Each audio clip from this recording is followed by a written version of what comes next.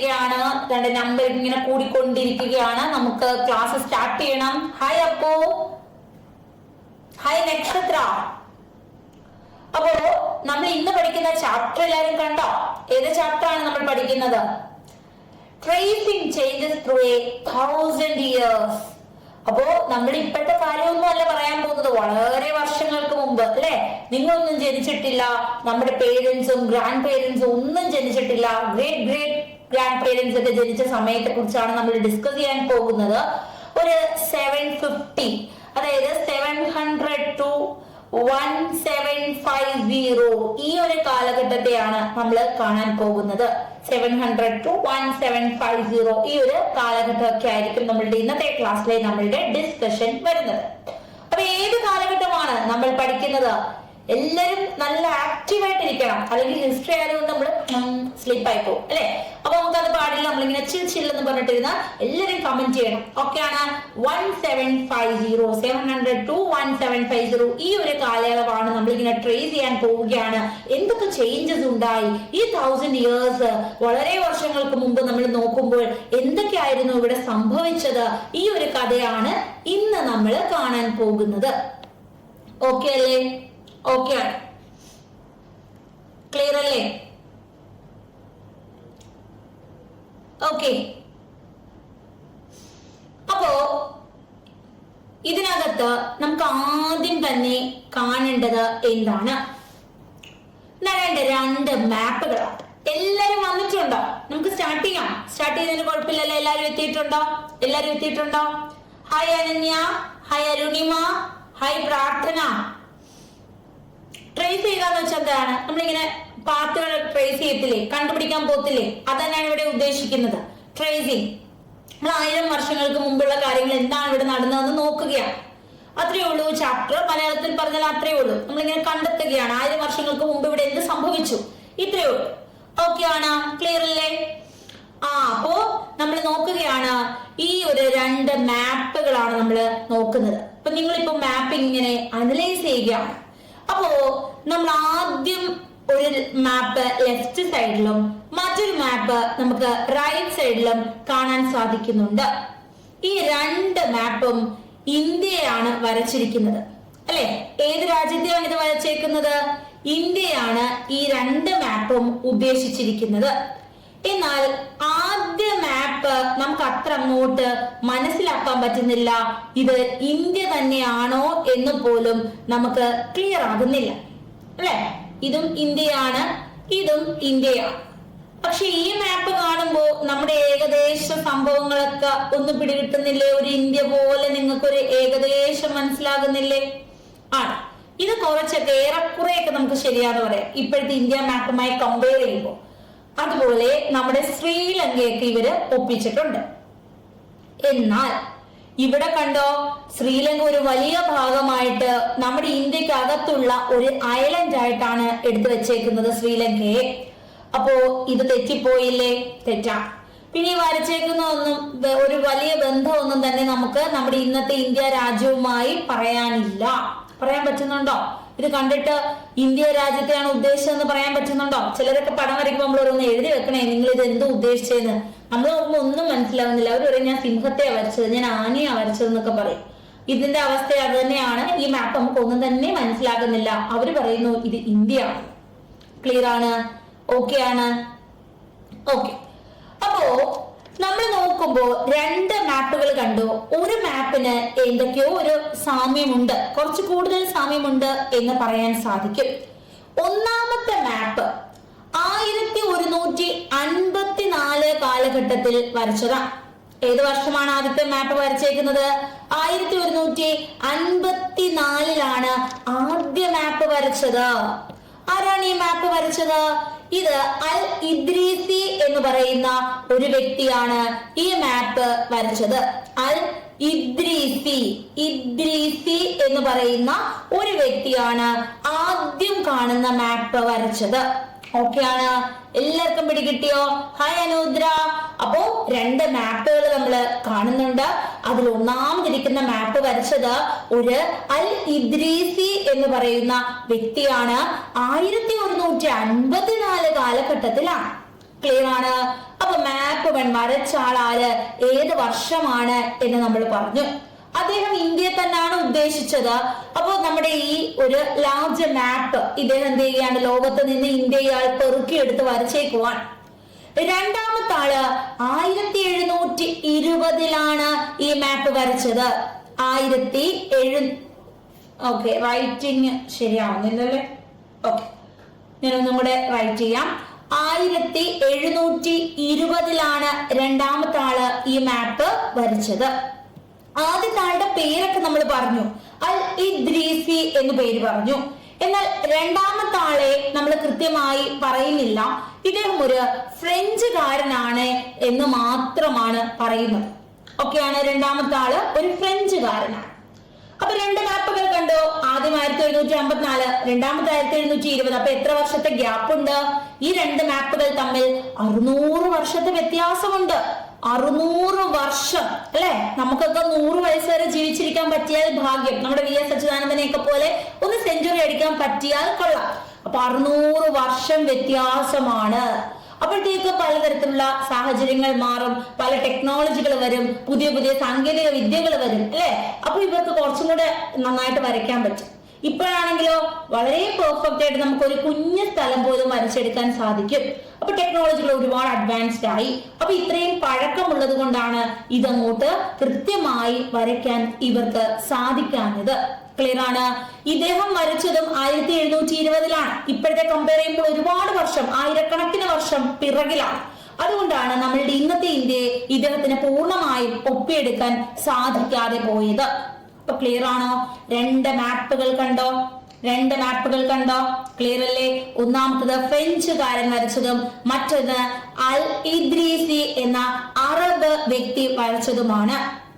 1754 ആദ്യ മാപ്പെങ്കിൽ രണ്ടാമത്തെ മാപ്പ് 1720 മാപ്പാണ്. ഓക്കെ, അപ്പൊ ഇവര് വരച്ചു വെച്ചേക്കുന്ന ശ്രീലങ്കയെ നമ്മൾ കണ്ടു. അല്ല ഇദ്രീസി വിചാരിച്ചു ഇത് ഇന്ത്യക്കകത്ത് വരുന്ന ഒരു ഐലൻഡാണ്. മറ്റേ ആള് കറക്റ്റ് ആയിട്ടാണ്, നമ്മുടെ കണ്ണുനീർ തുള്ളി എന്നറിയപ്പെടുന്ന ഒരു രാജ്യമാണ്, ഇന്ത്യയുടെ കണ്ണുനീർ തുള്ളി എന്നറിയപ്പെടുന്ന രാജ്യമാണ് ശ്രീലങ്ക. മറ്റേ അദ്ദേഹം കൃത്യമായി അത് ചെയ്തു. ശ്രീലങ്കയെ ഒരു പ്രോപ്പർ പ്ലേസിലാണ് വെച്ചേക്കുന്നത്. അപ്പൊ ഇതാണ് നമ്മളുടെ രണ്ട് മാപ്പുകൾ. ഇനി ചില, അതായത് ഉത്തർപ്രദേശിലെ കനൌജ് ഒക്കെ നമുക്ക് കറക്റ്റ് ആയിട്ട് കാണാൻ സാധിക്കുന്നുണ്ട് ഈ മാപ്പിൽ. കുറച്ചും കൂടി ഒന്ന് ഡീറ്റെയിൽ ആയിട്ട് നോക്കാനില്ല. 600 വർഷം പഴക്കമുള്ളതാണ് എന്ന് കൂടി ഓർത്തു വെച്ചാൽ മതി. ഇനി മാപ്പ് ഒക്കെ ഇങ്ങനെ ഡിസൈൻ ചെയ്യുന്ന ആളുടെ പേരെന്താ? മാപ്പൊക്കെ ഡിസൈൻ ചെയ്യുന്ന ആളുടെ പേരെന്താ? ഒരാളുടെ ജോലി മാപ്പ് ഡിസൈനിങ് ആണ്. ഒരാള് പേഷ്യന്റിനെ ഒക്കെ നോക്കി മരുന്ന് കൊടുക്കുമെങ്കിൽ ഡോക്ടർ എന്ന് വിളിക്കും, പഠിപ്പിക്കുമെങ്കിൽ ടീച്ചർ എന്ന് വിളിക്കും. എങ്കിൽ മാപ്പൊക്കെ വരയ്ക്കുന്ന ആളുടെ പേരെന്താ? മാപ്പ് വരയ്ക്കുന്ന ആളുടെ പേര് എന്താണ് എന്ന് ചോദിച്ചാൽ അദ്ദേഹത്തിന്റെ പേരാണ് കാർട്ടോഗ്രാഫർ. അദ്ദേഹത്തിന്റെ പേരെന്താണ്? കാർട്ടോഗ്രാഫർ എന്നാണ്. കണ്ടോ, മാപ്പൊക്കെ വരച്ചുകൊണ്ടിരിക്കുന്ന കണ്ടോ? ഇങ്ങനെ മാപ്പ് വരയ്ക്കുന്ന ആളുടെ പേര് കാർട്ടോഗ്രാഫർ എന്നാണ്. ക്ലിയർ അല്ലേ? അപ്പൊ ഇവിടെ വെച്ചിട്ടുണ്ട് 600 വർഷം പഴക്കമുണ്ട്, മാപ്പ് 1 മാപ്പ് 2 തമ്മിൽ എന്നൊക്കെ നമ്മളിവിടെ എഴുതി വെച്ചിട്ടുണ്ട്. അപ്പൊ മാപ്പ് വരയ്ക്കുന്ന ആളുടെ പേരെന്തുവാ? കാർട്ടോഗ്രാഫർ ആണ്. ഇത്രയും കാര്യങ്ങൾ പിടികിട്ടിയോ? നിങ്ങൾക്ക് 1 വേർഡ് ആയിട്ട് ചോദിക്കാൻ സാധ്യതയുള്ള ഒരു ക്വസ്റ്റ്യൻ ആണ്. ആരാണ് കാർട്ടോഗ്രാഫർ എന്ന് ചോദിക്കാം. വാട്ട് ഈസ് ദ ജോബ് എന്ന് ചോദിക്കാം. അല്ലെങ്കിൽ a person who draws map is called എന്ന് ചോദിക്കാം. അപ്പൊ നമ്മൾ കാർട്ടോഗ്രാഫർ എന്ന് എഴുതണം. ഹായ്, എന്റെ പേര് റീജ എന്നാണ്. ഹായ് സ്മിത, എന്റെ പേര് റീജ എന്നാണ്. ഓക്കെ, എല്ലാവർക്കും പിടികിട്ടിയോ പേര്? റീജ എന്നാണ് പേര്. ഹായ് സിയ, ഹായ് ജസ്ന, ഹായ് അനുദ്ര. എല്ലാവർക്കും ഇത്രയും കാര്യങ്ങൾ പിടികിട്ടിയോ? ക്ലിയർ അല്ലേ? എല്ലാവർക്കും മനസ്സിലായി. നമ്മൾ വളരെ കുറച്ച് കാര്യങ്ങളാണ് പറഞ്ഞത്. 2 മാപ്പുകൾ കാണിച്ചു, കുറെ ഡിഫറൻസ് കണ്ടു. ആദ്യത്തെ മാപ്പ് 1754 അല്ലെ ഇദ്രീസി എന്ന് പറയുന്ന പേർഷ്യക്കാരനാണ്. രണ്ടാമത്തത് ഒരു ഫ്രഞ്ച് കാർട്ടോഗ്രാഫർ ആണ് വരച്ചത്. 1720 രണ്ട് മാപ്പും തമ്മിൽ 600 വർഷത്തെ വ്യത്യാസമുണ്ട് അല്ലെ? അപ്പൊ അതിൻ്റെതായ വ്യത്യാസങ്ങൾ നമുക്ക് കാണാൻ പറ്റും. രണ്ടാമതില് നമ്മുടെ ഇന്ത്യയുമായിട്ടൊരു ചായകാച്ചലൊക്കെ ഇല്ലേ? ആദ്യത്തേതിന് യാതൊരു ബന്ധവും ഇല്ല. അപ്പോ ഇത്രയും പിടികിട്ടിയോ? ക്ലിയർ ആണ്. അപ്പോ കാർട്ടോഗ്രാഫർ എന്ന് വെച്ചാൽ എന്താണ്? ഭൂപട നിർമ്മാതാക്കൾ. ഭൂപടം തയ്യാറാക്കുന്ന ആളുകളെയാണ് നമ്മൾ കാർട്ടോഗ്രാഫർ എന്ന് വിളിക്കുന്നത്. ക്ലിയർ ആണോ? എല്ലാവർക്കും പിടികിട്ടിയോ? ഡൗട്ട് ഉണ്ടോ? അപ്പൊ കാർട്ടോഗ്രാഫർ ആരാണ് എന്ന് ചോദിക്കാം. അപ്പൊ നിങ്ങൾ പറയണം കാർട്ടോഗ്രാഫർ എന്ന് പറയുന്നത് ഈ ഭൂപടം അല്ലെങ്കിൽ മാപ്പ് ഡിസൈൻ ചെയ്യുന്ന ആളാണ്, ആ മാപ്പ് തയ്യാറാക്കുന്ന ആളാണ്, അല്ലെങ്കിൽ അതിൽ വേരിയേഷൻസ് വരുത്തുന്ന ആളാണ്. ഓൾറെഡി ഉള്ളൊരു മാപ്പ് അത് കുറച്ചും കൂടെ ക്ലാരിഫൈ ചെയ്ത് കുറച്ചും കൂടെ പ്രോപ്പർ ആക്കി മാറ്റുന്ന ആളാണ്. അപ്പൊ എന്തൊക്കെ പറഞ്ഞാലും മാപ്പ് ഡിസൈനിങ്ങുമായി ബന്ധപ്പെട്ട ആളെയാണ് നമ്മൾ എന്ത് പറയുന്നത്? ആ കാർട്ടോഗ്രാഫർ എന്ന് പറയുന്നത്. സെറ്റ് അല്ലേ? ഓക്കെ ഓക്കെ, ക്ലിയർ ആണോ?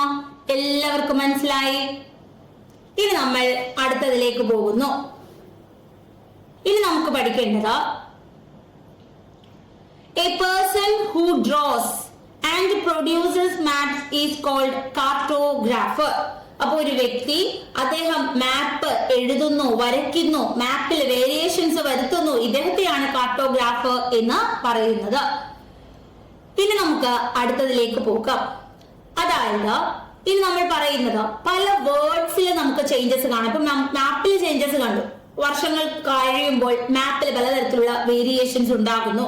അതുപോലെ വാക്കുകളുടെ ഉപയോഗവും മാറുന്നുണ്ട്. അതിനൊരു എക്സാമ്പിൾ ആയിട്ട് ഒരു വേർഡ് പറഞ്ഞിട്ടുണ്ട്, ഹിന്ദുസ്ഥാൻ. ഹിന്ദുസ്ഥാൻ എന്നൊരു വേർഡ്. അപ്പോ ഞാനൊരു കാര്യം പറയാം. പണ്ട് നിങ്ങൾക്ക് കോവിഡ് എന്ന് പറയുന്ന ഒരു വാക്ക് അറിയാമായിരുന്നോ?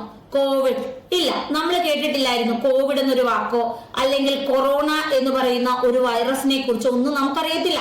പക്ഷെ ഇപ്പൊ നമുക്ക് കേട്ട നല്ല പരിചയമാണ്. കോവിഡ് എന്താ, കൊറോണ വൈറസ് ഉണ്ട്, പനി പിടിക്കും, ഇതൊക്കെ നമുക്ക് അറിയത്തില്ലേ? പണ്ടത്തെ ആളുകളെടുത്ത് കോവിഡ് എന്ന് പറഞ്ഞാൽ വല്ലോ അറിയാമോ? കൊറോണ എന്ന് പറഞ്ഞാൽ അറിയാമോ? ഇല്ല. ഇനി കുറച്ചും കൂടെ വർഷങ്ങൾക്ക് മുമ്പ് ആളുകളെടുത്ത് പ്രളയം എന്നൊക്കെ പറഞ്ഞാൽ അവർക്ക് ഇങ്ങനെ സിനിമയിലൊക്കെ കണ്ടു പരിചയമുള്ളൂ. 1924 പണ്ടൊരു പ്രളയം നടന്നത്, 1924. അപ്പൊ അവർക്കൊരു നമ്മുടെ അച്ഛനൊക്കെ എന്ന് വെച്ചാൽ നേരിട്ട് കണ്ടിട്ടില്ല. അതായത് ഒരു പരിചയം, ഇങ്ങനെ വെള്ളം വന്നും ഇങ്ങനെ ചില പ്രശ്നങ്ങൾ ഉണ്ടാകും, അത്രേ അറിയോ. പക്ഷെ നമ്മളൊക്കെ എന്താണ് വീഡിയോസിലൂടെ ഒക്കെ നല്ല രീതിയിൽ കണ്ടു. അപ്പൊ നമുക്ക് പ്രളയം എന്താണ്, സുനാമി എന്താണെന്നൊക്കെ പറഞ്ഞാൽ കൃത്യമായ കാര്യങ്ങൾ അറിയാം അല്ലെ? പണ്ടൊക്കെ ഇത്രയും മൊബൈലിലൂടെയോ അതൊന്നും വീഡിയോ ഒന്നും അങ്ങനെ വ്യാപിക്കുന്നില്ലല്ലോ. അതുകൊണ്ട് തന്നെ ഇവർക്കൊന്നും കൃത്യമായി അറിയത്തില്ല. പക്ഷെ ഈ വേർഡ്സ് ഒക്കെ നമുക്കിപ്പോ പരിചിതമല്ലേ? പരിചിതമാണോ? പരിചിതമാണോ? നിങ്ങൾക്ക് എല്ലാവർക്കും പരിചിതമല്ലേ? അങ്ങനെ കാലഘട്ടങ്ങൾ മാറുമ്പോൾ ഓരോ വർഷം കഴിയുമ്പോഴും പുതിയ പുതിയ വാക്കുകളൊക്കെ ഉണ്ടാകും. പല വാക്കുകളുടെയും മീനിങ്ങിൽ തന്നെ മാറ്റങ്ങൾ വരും. ഓക്കെ ആണോ? എല്ലാവർക്കും മനസ്സിലായോ? ഇപ്പൊ ഞാനൊരു വാക്ക് പറയാം. ചട്ടമ്പി എന്ന് പറഞ്ഞാൽ നിങ്ങൾക്ക് ഇതൊരു നെഗറ്റീവ് മീനിങ് ആണോ പോസിറ്റീവ് മീനിങ് ആണോ? നിങ്ങൾ എടുത്ത് പറയുകയാണ് നീ ഒരു ചട്ടമ്പിയാണ് എന്ന് പറഞ്ഞാൽ നിങ്ങൾക്ക് വിചാരിക്കുന്ന ഒരു നെഗറ്റീവ് സെൻസ് ആണ്. ഓ, ഞാൻ എന്തോ ഒരു പ്രശ്നക്കാരനാണ്, ഞാൻ ഇവിടുത്തെ വലിയ എന്തോ ഒരു കുഴപ്പം പിടിച്ചവനാണ് എന്നല്ലേ നമുക്ക് തോന്നുന്നത്? ആണ്. എന്നാൽ പണ്ട് ചട്ടമ്പി സ്വാമി എന്ന് കേട്ടിട്ടുണ്ടോ? നിങ്ങൾ കേട്ടിട്ടുണ്ടോ ചട്ടമ്പി സ്വാമിയെ കുറിച്ച്? ചട്ടമ്പി സ്വാമിയുടെ സമയങ്ങളിൽ ഇദ്ദേഹത്തിന്റെ പേര് തന്നെ ചട്ടമ്പി എന്നിട്ടാണ് അല്ലെ? എന്തുകൊണ്ടാണ്? അന്ന് അദ്ദേഹത്തിന്റെ സ്കൂളിലെ ക്ലാസ് ലീഡർ ആയിരുന്നു ഇദ്ദേഹം. ക്ലാസ് ലീഡറിന്റെ പേരാണ് ചട്ടമ്പി എന്ന് കൊടുത്തത്. സാമർഥ്യമുള്ള ഒരു വ്യക്തിയായിരുന്നു, മിടുക്കനായിട്ടുള്ള വ്യക്തിയായിരുന്നു. അപ്പൊ ക്ലാസ് ലീഡർ ആക്കി, ലീഡറിനെയാണ് അന്ന് ചട്ടമ്പി എന്ന് വിളിച്ചത്. അങ്ങനെയാണ് ഈ ചട്ടമ്പി. പക്ഷെ ഇന്ന് ചട്ടമ്പി എന്ന് വെച്ചാൽ നമുക്കൊരു നെഗറ്റീവ്, എന്തോ പ്രശ്നമൊക്കെ ഉണ്ടാക്കിയ വ്യക്തി എന്നുള്ള രീതിയാണ് നമുക്ക് തോന്നുന്നത് അല്ലെ? അപ്പൊ കാലഘട്ടങ്ങൾ മാറുമ്പോൾ വാക്കുകളുടെ അർത്ഥങ്ങൾ മാറി മറിയും. ക്ലിയർ ആണ്? എല്ലാവർക്കും മനസ്സിലായി? അങ്ങനൊരു വാക്കാണ് ഹിന്ദുസ്ഥാൻ. അങ്ങനൊരു വാക്കാണ് എന്താ? ഹിന്ദുസ്ഥാൻ. നിങ്ങൾ ഹിന്ദുസ്ഥാൻ എന്ന് കേൾക്കുമ്പോൾ നമ്മുടെ മനസ്സിൽ വരുന്നത് എന്താണ്? നമ്മുടെ ഇന്ത്യയെ കുറിച്ചാണ്. ഇന്ത്യയുടെ ജോഗ്രഫിക്കൽ ഏരിയ പൂർണ്ണമായും ഇന്ത്യയാണ് നമ്മൾ ഓർക്കുന്നത്. എന്നാൽ നേരത്തെ നോക്കുമ്പോൾ മീനിങ്ങുകൾ വ്യത്യാസമാണ്. ക്ലിയർ ആണ്? അപ്പൊ ഇവിടെ നമ്മൾ എഴുതി വെച്ചേക്കുന്ന ഈ പറഞ്ഞ കാര്യങ്ങൾ തന്നെയാണ്. Historical records exist in varieties of language. നമ്മളുടെ ഈ ഒരു ചരിത്ര രേഖകളൊക്കെ പല ഭാഷകളിലാണ് എഴുതിയേക്കുന്നത്. ഓരോ വർഷങ്ങൾ കഴിയുമ്പോഴും ഈ വാക്കുകളുടെയൊക്കെ അർത്ഥം മാറുന്നുണ്ട്. ഇപ്പൊ മിഡീവൽ പേർഷ്യനിലേക്ക് പോകുമ്പോ മോഡേൺ പേർഷ്യൻ, മിഡീവൽ പേർഷ്യൻ എന്ന് പറയുന്ന ഭാഷയും മോഡേൺ പേർഷ്യൻ ലാംഗ്വേജിൽ തന്നെ വലിയ വ്യത്യാസമുണ്ട്. നമ്മുടെ മലയാളം തന്നെ പണ്ടിതാ ഇങ്ങനെ എഴുതുമായിരുന്നു, ഇപ്പൊ ഇങ്ങനെ എഴുതും അല്ലെ? പല ഭാഷ ഈ നിങ്ങൾ മുദ്രപത്രമൊക്കെ എടുത്ത് നോക്കണം. നമ്മൾ വിചാരിക്കുന്നത് മലയാളം തന്നെ ആണോടെ, എന്തോ നീ എഴുതി വെച്ചേക്കുന്നതെന്ന് ചോദിക്കും. കാര്യം ആ ഒരു വേറെ എന്തൊക്കെയോ അങ്ങ് എഴുതിയേക്കുവാണ്. അവരുടെ ലാംഗ്വേജ് വ്യത്യാസമാണ്. അപ്പോ ഇന്നത്തെ കുറെ വർഷങ്ങൾ കഴിയുമ്പോൾ എന്ത് ചെയ്യും? എഴുത്തിന്റെ രീതി മാറും, ആ പറയുന്ന വാക്കുകൾ മാറും, അങ്ങനെ മാറ്റങ്ങൾ സംഭവിക്കുന്നു. അതുപോലെയാണ് മിഡീവൽ പേർഷ്യനും മോഡേൺ പേർഷ്യനും എന്ന് പറയുന്നത്. ഓക്കെയാണ്. അപ്പൊ ഇതൊരു വൊക്കാബുലറിയിലോ ഗ്രാമറിലോ മാത്രമല്ല വ്യത്യാസം, ചിലപ്പോ അതിന്റെ അർത്ഥങ്ങൾ തന്നെ മാറി മറിയും. ക്ലിയർ ആണ്? ഇത്രയും മനസ്സിലായില്ലേ? ഇത് മാത്രമാണ് ഇവിടെ എഴുതി വെച്ചേക്കുന്നത്. ഇനി നമ്മൾ ഹിന്ദുസ്ഥാൻ എന്നൊരു വാക്ക് എക്സാമ്പിൾ ആയിട്ട് പറയുന്നു. ഹിന്ദുസ്ഥാൻ എന്ന് പറയുമ്പോൾ നമ്മൾ ഇന്ന് എടുക്കുന്ന അർത്ഥം ഇന്ത്യ എന്ന. ഹിന്ദുസ്ഥാൻ എന്ന് പറയുമ്പോൾ നമ്മൾ എടുക്കുന്ന അർത്ഥം എന്താണ്? ഇന്ത്യ എന്നാണ് നമ്മൾ എടുക്കുന്നത്. ഹിസ്റ്ററി വരും, കണ്ടിട്ടില്ലേ? ഹൈ മഫീന NMMSന് ഹിസ്റ്ററി ഉണ്ട്, സിവിക്സ് ഉണ്ട്, ജോഗ്രഫി ഉണ്ട്, കണ്ടിട്ടില്ലേ? ഓക്കെ, സിലബസ് നോക്കണേ. അപ്പോ നമ്മള് ഇന്ത്യ എന്നൊരു മീനിങ് ആണ് നമ്മളുടെ ഇപ്പോഴത്തെ മീനിങ് ഇന്ത്യ. എന്നാൽ 13ാം സെഞ്ചുറിയിലേക്ക് പോകുമ്പോൾ, 13th സെഞ്ചുറിയിലേക്ക് പോകുമ്പോൾ, 13ാം നൂറ്റാണ്ടിലേക്ക് പോകുമ്പോൾ അവിടെ മിൻഹാജ് ഇ സിറാജ് ഈ വ്യക്തി പേർഷ്യൻ ഭാഷയിൽ എഴുതിയേക്കുമ്പോൾ ഇത് ഉദ്ദേശിച്ചത് പഞ്ചാബും ഹരിയാനയും മാത്രമാണ്. അപ്പോ മിൻഹാജ് എന്ന് പറയുന്ന മിൻഹാജ് ഇ സിറാജ് എന്ന വ്യക്തി, ഇദ്ദേഹം ഒരു പുസ്തകം എഴുതി. പേർഷ്യൻ ലാംഗ്വേജിലാണ് ഈ പുസ്തകം രചിച്ചത്. ഇദ്ദേഹത്തിന്റെ പുസ്തകത്തിൽ ഹിന്ദുസ്ഥാൻ എന്ന് രേഖപ്പെടുത്തിയിട്ടുണ്ട്. പക്ഷെ ആ ഹിന്ദുസ്ഥാൻ എന്ന് വെച്ചാൽ പഞ്ചാബും ഹരിയാനയും മാത്രമാണ്. പഞ്ചാബും ഹരിയാനയും മാത്രമാണ്. അതായത് നമ്മുടെ ഗംഗാ നദിയുടെയും യമുനാ നദിയുടെയും ഇടയിൽ വരുന്ന ഭാഗങ്ങൾ മാത്രമാണ് ഇദ്ദേഹം ഉദ്ദേശിച്ച ഹിന്ദുസ്ഥാൻ. ക്ലിയർ ആണോ? എല്ലാവർക്കും പിടികിട്ടിയോ? ഇപ്പൊ നമ്മൾ ആ പുസ്തകം എടുത്തു വെച്ച് വായിക്കുവാണെങ്കിൽ ഹിന്ദുസ്ഥാൻ എന്ന് പറഞ്ഞാൽ നമ്മൾ സമ്മതിച്ചു തരുമോ? നമ്മുടെ മനസ്സിൽ കാശ്മീർ മുതൽ ഇന്ന് കന്യാകുമാരി വരെ കിടക്കുന്നതാണ് ഹിന്ദുസ്ഥാൻ. ഇതാണ് നമ്മുടെ ഇന്ത്യ. അപ്പൊ ഇദ്ദേഹം പറയണേ ഗംഗയും അതിന്റെ പോഷക നദിയായ യമുന, ഇതിനിടയിൽ ഇരിക്കുന്ന പഞ്ചാബ് എന്ന് പറയുന്ന സംസ്ഥാനം, ഹരിയാന എന്ന് പറയുന്ന സംസ്ഥാനം, ഈ രണ്ട് സംസ്ഥാനം മാത്രമാണ് ഹിന്ദുസ്ഥാൻ എന്നാണ് ഇദ്ദേഹം എഴുതി വെച്ചേക്കുന്നത്. അപ്പൊ ഇദ്ദേഹത്തിനെ ഇനി പിടിച്ചോണ്ട് വന്ന് നമുക്ക് അടിക്കാനൊന്നും പറ്റത്തില്ല. 13ാം സെഞ്ചുറി നടന്ന കാര്യമാണ്. അന്നത്തെ സംഭവത്തിൽ അത് ശരിയായിരുന്നു അല്ലെ? ഇപ്പോ അത് തെറ്റാണ്. വർഷങ്ങൾ മാറിയപ്പോൾ മാറി. ക്ലിയർ ആണ്? ഹൈ ശ്രുതി, നമ്മൾ ഫുള്ള് മലയാളത്തിലാണ് പറയുന്നത്, മനസ്സിലാകുന്നില്ലേ? ഫുള്ള് മലയാളത്തിലായിരിക്കും സംസാരിക്കുന്നത്. പിടികിട്ടുന്നുണ്ടോ? ക്ലിയർ ആണ്? ഓക്കെ ആണ്. മിൻഹാജ് ഇ സിറാജ് പേർഷ്യക്കാരനാണ്. അപ്പോ ഇദ്ദേഹം ഹിന്ദുസ്ഥാൻ തന്നെയാണ് മലയാളത്തിൽ പറയുന്നത് കേട്ടോ. നമ്മൾ ഹിന്ദുസ്ഥാൻ, നമ്മുടെ രാജ്യത്തെ ഹിന്ദുസ്ഥാൻ അല്ലെങ്കിൽ ഇന്ത്യ എന്ന് പറയാറുണ്ട്, ഭാരത് എന്ന് പറയാറുണ്ട്. ഇനി നമ്മൾ നോക്കുമ്പോൾ മറ്റൊരു കാര്യം കൂടി പറയുകയാണ്. നമ്മളെ ഡൽഹി സുൽത്താന്റെ സമയം അല്ലെ? ഈ ഒരു സമയം എന്ന് പറയുന്നത് ഒരു ഡൽഹി സുൽത്താന്റെ ഒക്കെ ടൈം പീരീഡ് ആണ്. അതായത് 16ാം സെഞ്ചുറി അതായത് 16ാം നൂറ്റാണ്ട്. ഇതുണ്ടോ 16th സെഞ്ചുറി. ബാബറിനെ അറിയാമോ? മുഗൾ സാമ്രാജ്യ സ്ഥാപകനായ ബാബർ അക്ബർ. നമ്മൾ ഷാജഹാനെ അറിയത്തില്ല എല്ലാവർക്കും? ഷാജഹാൻ അറിയാമോ? താജ്മഹൽ അറിയത്തില്ലേ? ആ താജ്മഹൽ അറിയാം. അപ്പൊ ഈ ബാബർ ഹിന്ദുസ്ഥാൻ എന്നൊരു വാക്ക് ഉപയോഗിച്ചു. അത് നമ്മൾ ഡിസ്ക്രൈബ് ചെയ്തത് ഒരു ഭൂപ്രദേശത്തെയാണ്. ഹിന്ദുസ്ഥാൻ ഇദ്ദേഹം ഉദ്ദേശിച്ചത് എന്താണ്? ഇന്ത്യയുടെ ഒരു ജോഗ്രഫിക്കൽ ഏരിയ ആണ്, അല്ലെങ്കിൽ ഇന്ത്യയുടെ ഭൂപ്രദേശത്തെ തന്നെയാണ് ഇദ്ദേഹം ഉപയോഗിച്ചത്. ക്ലിയർ ആണ്? അപ്പൊ 13ാം സെഞ്ചുറിയില് മിൻഹാജി സിറാജ് പറഞ്ഞത് ഹിന്ദുസ്ഥാൻ എന്ന വാക്ക് പഞ്ചാബ് ഹരിയാന ഗംഗ യമുന നദിക്കിടയിൽ മാത്രമാണ്. എന്നാൽ ഗംഗ എന്ന് പറയുന്നതും യമുന എന്ന് പറയുന്നതും നദികളാണ്, രണ്ട് നദികളാണ്. പഞ്ചാബ് എന്ന് പറയുന്ന സംസ്ഥാനം ഹരിയാന എന്ന് പറയുന്ന സംസ്ഥാനത്തിന് ഇടയിൽ വരുന്ന രണ്ട് നദികളാണ്. ഗംഗാ നദിയുടെ പോഷക നദിയാണ് യമുന എന്ന് മാത്രം. ക്ലിയർ ആണോ? എല്ലാവർക്കും മനസ്സിലായോ?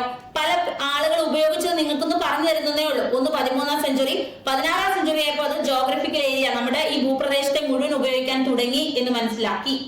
ക്ലിയർ ആണോ? ഓക്കെ ആണ്.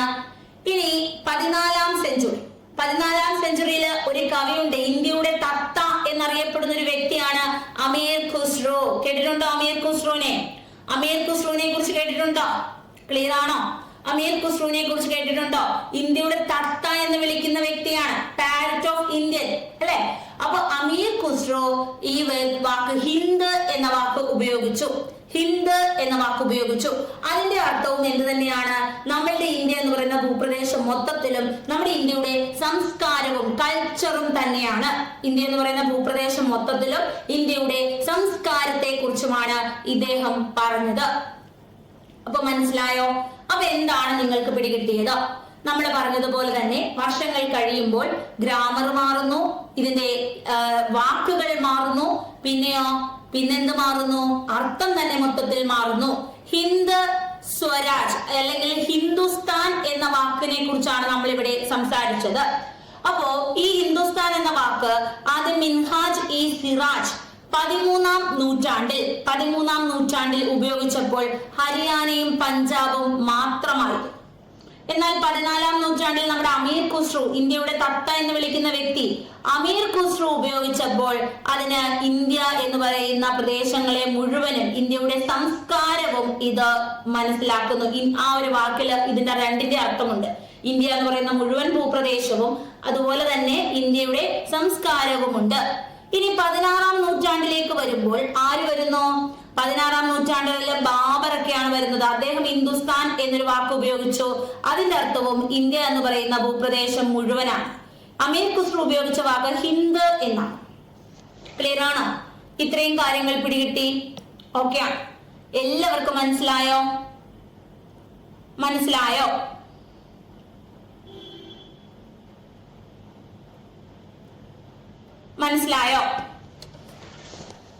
ക്ലിയർ? ഡൗട്ട് ഉണ്ടോ? എന്തെങ്കിലും ഡൗട്ട് ഉണ്ടോ? മനസ്സിലായെങ്കിൽ എല്ലാവരും യെസ് പറയണം. കുറച്ച് എസ്സുകളൊക്കെ വന്നിട്ടുണ്ട്. കുറച്ച് പേരൊക്കെ എസ് പറഞ്ഞു. ക്ലിയർ ആണ്. ഓക്കെ. അപ്പോൾ നമ്മളൊന്ന് റിവിഷൻ ചെയ്യുകയാണ്. നമ്മൾ എന്തൊക്കെ പറഞ്ഞു? നമ്മൾ പറഞ്ഞത്, നമ്മൾ ഈ ചാപ്റ്റർ എടുക്കുന്നു, 2 മാപ്പുകൾ കണ്ടു. 2 മാപ്പ് 1754 അൽ ഇദ്രീസിന്റെ മാപ്പും 1720 ഫ്രഞ്ച് കാർട്ടോഗ്രാഫറിന്റെ മാപ്പും. 600 വർഷം പഴക്കം തന്നെ ഒത്തിരി മാറ്റങ്ങൾ വന്നു. പിന്നെ നമ്മൾ നോക്കിയപ്പോൾ കാർട്ടോഗ്രാഫർ എന്താണ്? A person who draws or produces maps എന്ന് പറഞ്ഞു. ഇനി നമ്മൾ എന്താണ് പറഞ്ഞത്? ഒരുപാട് വാക്കുകളുടെ അർത്ഥത്തിലൊക്കെ മാറ്റം ഉണ്ടാകും എന്ന് പറഞ്ഞു. ഹിന്ദുസ്ഥാൻ എന്ന വാക്കിനെ കുറിച്ച് നമ്മളത് എടുത്ത് എക്സാമ്പിൾ കണ്ടു. ഇനി നമ്മൾ അടുത്തതിലേക്ക് പോവുകയാണ്. ആരാണ് ഫോറിനർ അല്ലെങ്കിൽ വിദേശി എന്ന് പറയുന്നത്? അപ്പൊ നിങ്ങൾ ഇത് ചോദിക്കണം, ആരാണ് ഫോറിനർ? ഒരു അമേരിക്കക്കാരൻ ഇവിടെ വന്നു, അപ്പൊ നമ്മൾ പറയും ഹി ഈസ് എ ഫോറിനർ. ഇനി ഒരു ഓസ്ട്രേലിയക്കാരൻ ഇവിടെ വന്നു, അപ്പൊ നമ്മൾ പറയും ഫോറിനർ ആണ്. മെസ്സി ഇവിടെ വന്നു, മെസ്സി വരുമ്പോ നിങ്ങൾ എന്ത് പറയും? ഫോറിനർ ആണ്, അത് വിദേശിയല്ലേ? പിന്നെ റൊണാൾഡോ വന്നാലും വിദേശിയാന്ന് പറയത്തില്ലേ? ട്രംപ് വന്നാൽ പറയത്തില്ലേ വിദേശിയാണെന്ന്? പറയും. കാര്യം എന്ന് വെച്ചാൽ നമ്മുടെ ഇന്ത്യ അല്ലാത്ത ഒരു വ്യക്തിയാണെങ്കിൽ നമ്മൾ പറയും ഇദ്ദേഹം വിദേശിയാണ്. ഇന്ത്യ എന്ന് പറയുന്ന നമ്മുടെ രാജ്യത്തിനുള്ളിലുള്ള ആളുകളെയാണ് നമ്മൾ പറയുന്നത്, നമ്മൾ നമ്മുടെ ആളുകളാണ്. എന്നാൽ പുറത്തുനിന്ന് വരുന്ന ഒരാളെ നമ്മൾ എന്ത് പറയും? ഇത് വിദേശിയാണെന്ന് പറയും. നമ്മുടെ കേരളത്തിൽ നിൽക്കുന്ന ബംഗാളിയെ നമ്മൾ കേരളീയനാണെന്ന് പറയുമോ? ഇല്ല, ഹീസ് എ ബംഗാളി അല്ലെങ്കിൽ നേപ്പാളി എന്നാണ് നമ്മൾ പറയുന്നത്. കേരളീയനാണ്, മലയാളിയാണ് എന്ന് നമ്മൾ പറയുമോ? ഇല്ല. അദ്ദേഹം നമ്മുടെ കേരളത്തെ സംബന്ധിച്ച് നോക്കുമ്പോൾ പുറത്തുനിന്ന് വന്ന ഒരാളാണ്. ക്ലിയർ ആണ്? എല്ലാവർക്കും മനസ്സിലാകുന്നുണ്ടോ? താമസ് ആണോ സ്മിത വന്നത്? നമ്മളുടെ ചാപ്റ്ററിന്റെ പേര് തന്നെയാണ് ആദ്യം കാണിച്ചത്. ഓക്കെ, താമസ് ആണോ വന്നത്? ഓക്കെ. അപ്പോ ഒന്നും കൂടെ എല്ലാരും പേരൊന്ന് കണ്ടോ. Tracing changes through A 1000 years. ഇതാണ് നമ്മളുടെ ചാപ്റ്ററിന്റെ പേര്. ക്ലിയർ ആണോ? എല്ലാവർക്കും മനസ്സിലായല്ലോ? നിങ്ങൾ സ്കൂളിൽ പഠിച്ചു ഈ ചാപ്റ്റർ? എല്ലാരും പഠിച്ചു കഴിഞ്ഞോ ഈ ചാപ്റ്റർ? അപ്പോ നമ്മൾ നോക്കുമ്പോ മിഡീവൽ പീരീഡ് ആണ് നമ്മൾ പറയുന്നത്. ഇന്ന് നിങ്ങൾക്കറിയാം, പുറത്തുനിന്ന് ഒരാളെ കണ്ടാൽ നിങ്ങൾ പറയും വിദേശിയാണ്. എന്നാൽ മിഡീവൽ പീരീഡില് ഒരു പുറത്തുനിന്ന് ഒരാൾ വരികയാണ്, ഒരു സ്ട്രേഞ്ചർ, ഒരു അപരിചിതൻ വരികയാണ്. ആ ഒരു പർട്ടിക്കുലർ കമ്മ്യൂണിറ്റിയിൽ അല്ലാത്ത അല്ലെങ്കിൽ അവരുടെ കൾച്ചറിന്റെ ഭാഗമല്ലാത്ത ഒരാള് അങ്ങോട്ട് വന്നു. Was not a part of that particular village. ആ പർട്ടിക്കുലർ വില്ലേജിന്റെ ഭാഗമല്ലാത്ത ഒരാളാണ് വന്നത് എങ്കിൽ അദ്ദേഹത്തെ വിളിക്കും ഫോറിനർ എന്ന് വിളിക്കും. ക്ലിയർ ആണോ? എല്ലാവർക്കും മനസ്സിലായോ? ഇപ്പൊ നമ്മുടെ പാലക്കാട് ആദിവാസി മേഖലയുണ്ട്. അവരുടെ കൾച്ചർ, അവരുടെ ആഘോഷങ്ങൾ വ്യത്യാസമാണ്. ഇപ്പോ നമ്മൾ എല്ലാരും കൂടെ അവിടെ ആദിവാസി മേഖല കാണാൻ പോവുകയാണ്. അപ്പൊ ആദിവാസികളെ പറയുകയാണ് ഇവരെല്ലാം ഫോറിനേഴ്സ് ആണ്, അങ്ങനെ പറയുകയാണ്. അതാണ് ഇവിടെ സംഭവിക്കുന്നത്. ഒരു ഗ്രാമം അല്ലെങ്കിൽ ഒരു പർട്ടിക്കുലർ സംസ്കാരത്തിൽ ജീവിക്കുന്ന കുറച്ച് ആളുകൾ, ഒരു പർട്ടിക്കുലർ വില്ലേജിൽ താമസിക്കുന്ന, ഗ്രാമത്തിൽ താമസിക്കുന്ന, ഒരു പർട്ടിക്കുലർ സൊസൈറ്റിയിൽ, ഒരു സമൂഹത്തിൽ കൂട്ടായി നിൽക്കുന്ന ആളുകൾ, ഇവർക്കിടയിലേക്ക് ഒരു അപരിചിതൻ വന്നാൽ അയാളെ ഇവർ വിദേശി എന്നാണ് വിളിക്കുന്നത്. ക്ലിയർ ആണോ? ഇങ്ങനെയുള്ളവരെയാണ് ഫോറിനർ എന്ന് വിളിച്ചിരുന്നത്. എല്ലാവർക്കും മനസ്സിലായോ? ആരാണ് ഫോറിനർ എന്ന് ഇപ്പൊ മനസ്സിലായോ? എന്നാൽ നമുക്കിപ്പോ അറിയാം ഫോറിനർ എന്ന് പറയുമ്പോൾ നമ്മൾ ആരെയാണ് ഉദ്ദേശിക്കുന്നത്? ഫോറിനർന്ന് നമ്മൾ ഉദ്ദേശിക്കുന്ന ആരാണ്? പുറത്ത് രാജ്യത്ത് നിന്ന് വരുന്നവരെയാണ് നമ്മൾ ഉദ്ദേശിക്കുന്നത്. ക്ലിയർ ആണ്? ഇതാണ് ഫോറിനർ എന്ന് പറയുമ്പോൾ മിഡീവലിലെ മീനിങ് ഫോറിനർ എന്ന് വെച്ചാൽ ആ ഒരു പർട്ടിക്കുലർ സൊസൈറ്റി, ഒരു സമൂഹം, അല്ലെങ്കിൽ ആ ഒരു വില്ലേജ്, ആ ഗ്രാമം, അതുമല്ലെങ്കിൽ എന്ത് പറയാം, അതുമല്ലെങ്കിൽ അവരുടെ സംസ്കാരത്തിന്റെ ഭാഗമല്ലാത്തത്, അവരുടെ സെയിം കൾച്ചർ അല്ലാത്ത ഒരാൾ വരുന്നതിനെയാണ് എന്ത് പറയുന്നത്? ഇത് എന്താണെന്ന് പറയുന്നത്? ഫോറിനർ ആണ് എന്ന് പറയുന്നത്. അപ്പോ ഹിസ്റ്റോറിയൻസ് എന്ന് പറയുമ്പോൾ ഹിസ്റ്ററി, നമ്മുടെ ചരിത്രകാരന്മാരെയാണ് പറയുന്നത്. അതായത് നമ്മൾ ഇവിടെ നിൽക്കുന്നു, നിങ്ങളുടെ അടുത്ത് ഈ കഥകളൊക്കെ പറയാൻ ആരെങ്കിലും ഒക്കെ പുസ്തകമൊക്കെ രചിച്ചു വെക്കണ്ടേ? പണ്ട് ഇങ്ങനെ നടന്നിരുന്നു, പണ്ടൊരു രാജാവ് ഉണ്ടായിരുന്നു, പണ്ട് ഷാജഹാൻ ഉണ്ടായിരുന്നു, ബാബർ ഉണ്ടായിരുന്നു, അക്ബർ ഉണ്ടായിരുന്നു, പണ്ട് ബ്രിട്ടീഷുകാർ ഇവിടെ വന്നു, പോർച്ചുഗീസുകാർ ഇവിടെ വന്നു, പണ്ട് ഭയങ്കര കഷ്ടപ്പാടായിരുന്നു, ഇങ്ങനെയൊക്കെ പറയാൻ ഇങ്ങനെ എഴുതി വെക്കണം എവിടെയെങ്കിലും ഒക്കെ, അല്ലെ? നമ്മൾ അറിയണമെങ്കിൽ നമ്മുടെ കാര്യങ്ങൾ ഒന്ന് പറയണ്ടേ? ഇനി നമ്മുടെ മക്കളായി, അതിന്റെ മക്കളായി അവർക്ക് ഈ ചരിത്രം പറഞ്ഞു കൊടുക്കാൻ പുസ്തകങ്ങൾ ഇവിടെ ഉണ്ട്. അങ്ങനെയാണ് ഇവര് എന്തറിയുന്നത്? ഇങ്ങനെ കാര്യങ്ങളൊക്കെ ഇവിടെ നടന്നിരുന്നു എന്ന് അറിയുന്നത്. അപ്പോ ഈ ഒരു സാധനങ്ങളൊക്കെ എഴുതുന്ന ആളുകളെ നമുക്ക് ഹിസ്റ്റോറിയൻസ്, ചരിത്രകാരന്മാർ എന്ന് പറയാം. ആരാണ് ഹിസ്റ്റോറിയൻസ്? ചരിത്രകാരന്മാരാണ്. ചരിത്രത്തെ കുറിച്ച് നിരീക്ഷിക്കുകയും അത് രചിക്കുകയും പഴയ കാര്യങ്ങളൊക്കെ മനസ്സിലാക്കുകയും ഒക്കെ ചെയ്യുന്ന ആളുകളാണ് ഹിസ്റ്റോറിയൻസ്. ക്ലിയർ ആണോ? അവർക്ക് പലതരത്തിലുള്ള ബുക്കുകൾ മാത്രം വെച്ചിട്ടാണോ ഇവർ കാര്യങ്ങൾ മനസ്സിലാക്കിയത്, ഹിസ്റ്ററികൾ തിരിച്ചറിഞ്ഞത്? അല്ല, ഒരുപാട് സോഴ്സുകളിൽ നിന്നാണ് ഇവർ ഇവിടുത്തെ കാര്യങ്ങളൊക്കെ തിരിച്ചറിഞ്ഞത്. മനസ്സിലാകുന്നുണ്ടോ? എന്തൊക്കെയാണ് ആ സോഴ്സുകൾ? ലിഖിത സോഴ്സുകളുണ്ട്, അലിഖിത സോഴ്സുകളുണ്ട്. അതായത് റിട്ടൺ ആയിട്ടുള്ള സോഴ്സുകൾ എഴുതി വെച്ചിട്ടുണ്ടെങ്കിൽ എടുത്തു വെച്ച് വായിക്കാൻ ഈസിയാണ്, എന്നാൽ പറഞ്ഞു കേട്ട വഴികളായിരിക്കാം. അപ്പൊ പലതരത്തിലുള്ള സോഴ്സുകളുണ്ട്. അതിന് എക്സാമ്പിൾ ആയിട്ട് പറയുകയാണെങ്കിൽ, നിങ്ങൾ വീട് വെക്കാൻ എങ്ങനെ മണ്ണ് കുഴിക്കുകയാണ്. കുഴിച്ചു വരുമ്പോൾ നല്ല അടിപൊളി ഒരു കലം കിട്ടുന്നു, നല്ല രസമുണ്ട്. അപ്പൊ എല്ലാരും പറഞ്ഞു, ഹായ്, നിധി കിട്ടി, രാജാവിന്റെ സ്വർണ്ണ നാണയങ്ങളാണ്, നിധിയാണെന്നൊക്കെ പറഞ്ഞ് നിങ്ങൾ വളരെ ഹാപ്പിയായി. അങ്ങനെ നിധി കിട്ടിയ പിന്നെ ഉടനെ ഗവൺമെന്റ് ഏറ്റെടുക്കും കേട്ടോ. അപ്പൊ ഗവൺമെന്റ് വന്ന് പൊളിച്ചു നോക്കിയപ്പോ എന്തുവാ? ഇതിനകത്ത് കുറെ കല്ലുകളാണ്, പണ്ട് കാലത്തെ എന്തൊക്കെയോ കല്ലുകളാണ്. അപ്പൊ ഈ കല്ലുകൾ ഉണ്ടെങ്കിൽ ഇത് എന്ത് ചെയ്യാം? ഈ കല്ലുകൾ കൊണ്ടുപോയി പരിശോധിച്ച് ഇത് എത്ര വർഷം പഴക്കമുള്ളതാണ്, ആരാണ് ഇത് ഉപയോഗിച്ചത് എന്നൊക്കെ നോക്കാൻ പറ്റും. അപ്പൊ ഇങ്ങനെ പരിശോധിക്കാൻ പറ്റും. പിടികിട്ടിയോ? പണ്ടത്തെ നാണയങ്ങൾ കിട്ടിയാല്, അതുപോലെ പണ്ടത്തെ എന്തെങ്കിലും പേപ്പറൊക്കെ ദ്രവിച്ചു, പക്ഷെ ഇങ്ങനെ പ്രത്യേക രീതിയിലൊക്കെ മൂടിയൊക്കെ വെച്ചാൽ കുഴപ്പമില്ല. പിന്നെ പണ്ടത്തെ അസ്ഥികൂടങ്ങളൊക്കെ കിട്ടി, പണ്ടത്തെ ഈ നമ്മളുടെ ഏതെങ്കിലും ആഭരണങ്ങൾ, ഇപ്പൊ ചെമ്പ് പാത്രങ്ങളോ അല്ലെങ്കിൽ ഇങ്ങനത്തെ കുടങ്ങളോ അതിന്റെയൊക്കെ അവശിഷ്ടങ്ങളോ, മൺകുടങ്ങളുടെ അവശിഷ്ടങ്ങളോ, അങ്ങനെ പഴയ കാലത്തെ എന്തൊക്കെ സാധനങ്ങൾ കളഞ്ഞിങ്ങനെ നമുക്ക് കുഴിച്ചെടുക്കുമ്പോഴായിരിക്കും കൂടുതലായി കിട്ടുന്നത്. ഇത് ഭൂമിക്കടിയിലായി പോയല്ലോ.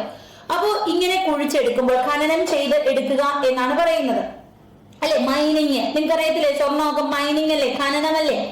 അപ്പൊ ഇങ്ങനെ കുഴിച്ച് നമ്മൾ എടുക്കുന്നു. അപ്പൊ കുഴിച്ചെടുക്കുമ്പോ എന്ത് സംഭവിക്കും? നമുക്ക് ഇങ്ങനെ പല കാര്യങ്ങൾ കിട്ടും. പക്ഷെ അതൊക്കെ നമ്മുടെ കയ്യിൽ കിട്ടിയിട്ട് നമുക്ക് ഒരു ഗുണമില്ല, നമുക്ക് ഇതൊന്നും മനസ്സിലാവത്തില്ല. പക്ഷെ ഇത് കൊണ്ടുപോയി ഇത് ശാസ്ത്രീയമായി പഠിക്കുന്ന ആളുകളുണ്ട്, അവരിത് പഠിച്ചിട്ട് പറയും, ഇത് ഇത്ര വർഷം പഴക്കമുള്ളതാണ്, ഇന്ന രാജാവിന്റെ കാലഘട്ടത്തിലെയാണ്, ഇത് ഇന്ന രാജ്യത്ത് നിന്ന് ഇവിടെ എത്തിയതാണ്, ഇങ്ങനെ പലതരത്തിലുള്ള കാര്യങ്ങൾ അവർ നമുക്ക് പറഞ്ഞത്. അപ്പൊ അങ്ങനെയാണ് പലതും ഇവിടെ മനസ്സിലാക്കിയെടുത്തത്. ഇവിടെ ഒരു ദിനോസർ ജീവിച്ചിരുന്നു, അല്ലെങ്കിൽ ഇവിടെ പലതരത്തിലുള്ള ജീവജാലങ്ങൾ ഇവിടെ ഉണ്ടായിരുന്നു എന്നൊക്കെ, പല ജീവികളും ഇപ്പൊ വംശനാശം സംഭവിച്ചു, അപ്പൊ അങ്ങനെയൊക്കെ പല ജീവികൾ ഇവിടെ ഉണ്ടായിരുന്നു എന്ന് മനസ്സിലാക്കിയത് ഇത്തരം സോഴ്സസിൽ നിന്നാണ്. ഓക്കെ ആണോ? എന്താണ് ഈ സോഴ്സ് എന്ന് പറയുന്നത്?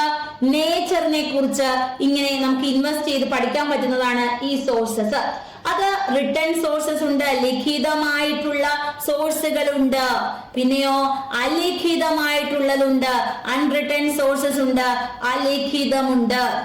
ലിഖിതം എന്ന് പറയുമ്പോൾ നമുക്ക് എഴുതി വെച്ചതാകാം, അല്ലെ? എഴുതി വെച്ചതല്ലേ? ഒന്നെങ്കിൽ ഒരു ബുക്കാകാം, പഴയ ചരിത്രകാരന്മാർ എഴുതിയ ബുക്കുകളാകാം. ഓക്കെ ആണോ?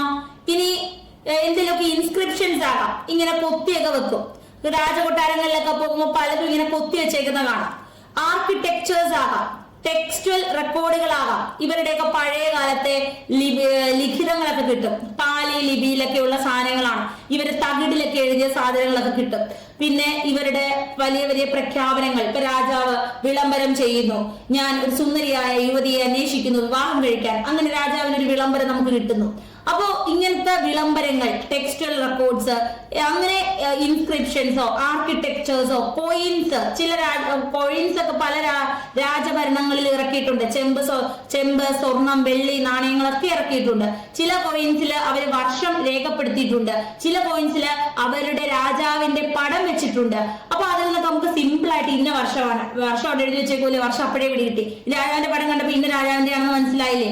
അപ്പൊ അങ്ങനെ സിമ്പിളായി കാര്യങ്ങൾ മനസ്സിലാക്കാൻ പറ്റാറുണ്ട്. ചില കൊട്ടാരത്തിലൊക്കെ പോകുമ്പോ, അമ്പലങ്ങളിലൊക്കെ പോകുമ്പോ ഈ രാമായണ കഥകളൊക്കെ കൊത്തിവെച്ചിട്ടുണ്ട്. അതൊക്കെ മനസ്സിലാക്കാൻ പറ്റും. ക്ലിയർ ആണോ? ഇനി ലിഖിതമല്ലാത്ത സാധനങ്ങൾ, അലിഖിതം എന്ന് പറയുന്നത് ഈ പൊട്ടിയ കുടം കിട്ടി, അതിനകത്ത് ഒന്നും എഴുതിയിട്ടില്ല. കുറച്ച് ഉരുളം കല്ലുകൾ കിട്ടി, അല്ലെ? ഒന്നും എഴുതിയിട്ടില്ല. പക്ഷെ അല്ലെങ്കിൽ പഴയ കാലത്തെ ഉപകരണങ്ങൾ കിട്ടി, വീട്ടുപകരണങ്ങൾ കിട്ടി, അല്ലെങ്കിൽ അവര് കുഴിക്കാൻ, കൃഷി ചെയ്യാൻ ഉപയോഗിച്ചത് കിട്ടി, അങ്ങനത്തെ എന്തെങ്കിലും, അല്ലെങ്കിൽ ജീവജാലങ്ങളുടെ അവശിഷ്ടങ്ങൾ, എല്ലുകള്, ഇങ്ങനെ എന്തെങ്കിലുമൊക്കെ കിട്ടിയെങ്കിൽ അത് അലിഖിത സോഴ്സ് ആണ്.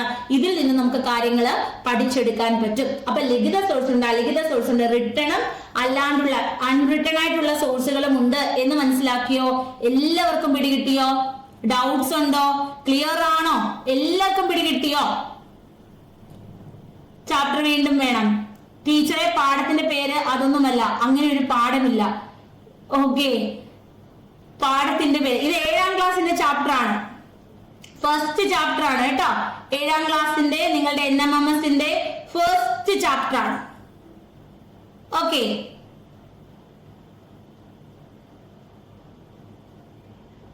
പഠിക്കാനില്ലെന്നോ?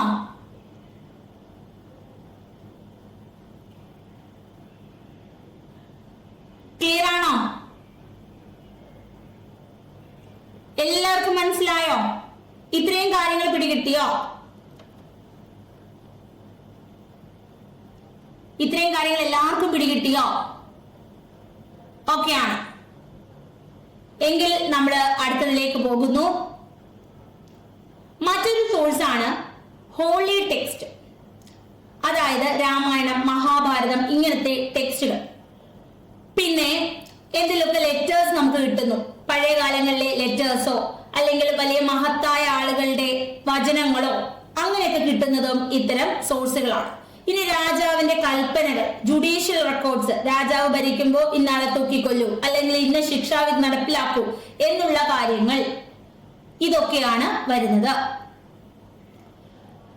ഇനി ടാക്സുമായി ബന്ധപ്പെട്ട് പണ്ട് കാലത്ത് ഇന്നും ടാക്സ് ഉണ്ട്, ഇന്ന് goods and service tax, GST ഒക്കെ ഉണ്ട്. അതുപോലെ തന്നെ നമുക്ക് പലതരത്തിലുള്ള നികുതികളുണ്ട്.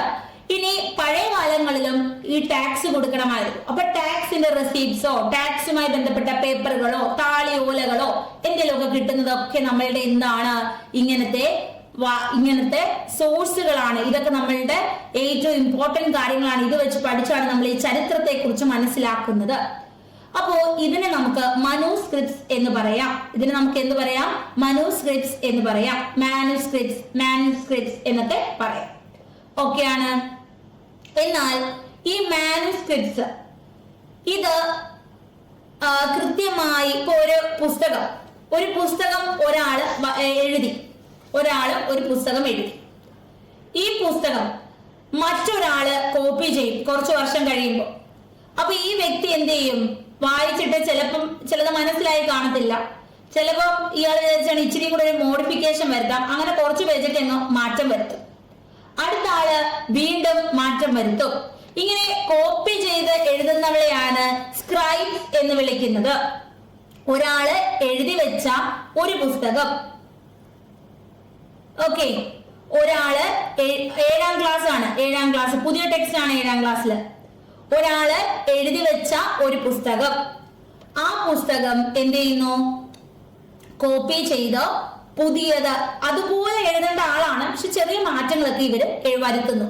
ഇങ്ങനെ എഴുതുന്നവരെയാണ് സ്ക്രൈബ്സ് എന്ന് പറയുന്നത്. അപ്പൊ നിങ്ങൾക്ക് അറിയാമോ എന്നറിയത്തില്ല, ഇപ്പൊ കണ്ണ് കാണില്ല അല്ലെങ്കിൽ കൈ വയ്യ അങ്ങനെയൊക്കെയുള്ള നമുക്ക് ഫ്രണ്ട്സ് ഉണ്ടെങ്കിൽ അവർക്ക് എക്സാമിന് സഹായിക്കാൻ ഒരു സ്ക്രൈബിനെ വിടും. അവരെന്ത് പറയുന്നു അത് അതുപോലെ എഴുതുന്ന അടുത്തൊരു കുട്ടി കാണും എക്സാം എഴുതാൻ വേണ്ടിയിട്ട്. അപ്പൊ അവരെ നമ്മൾ വിളിക്കുന്നത് എന്താണ്?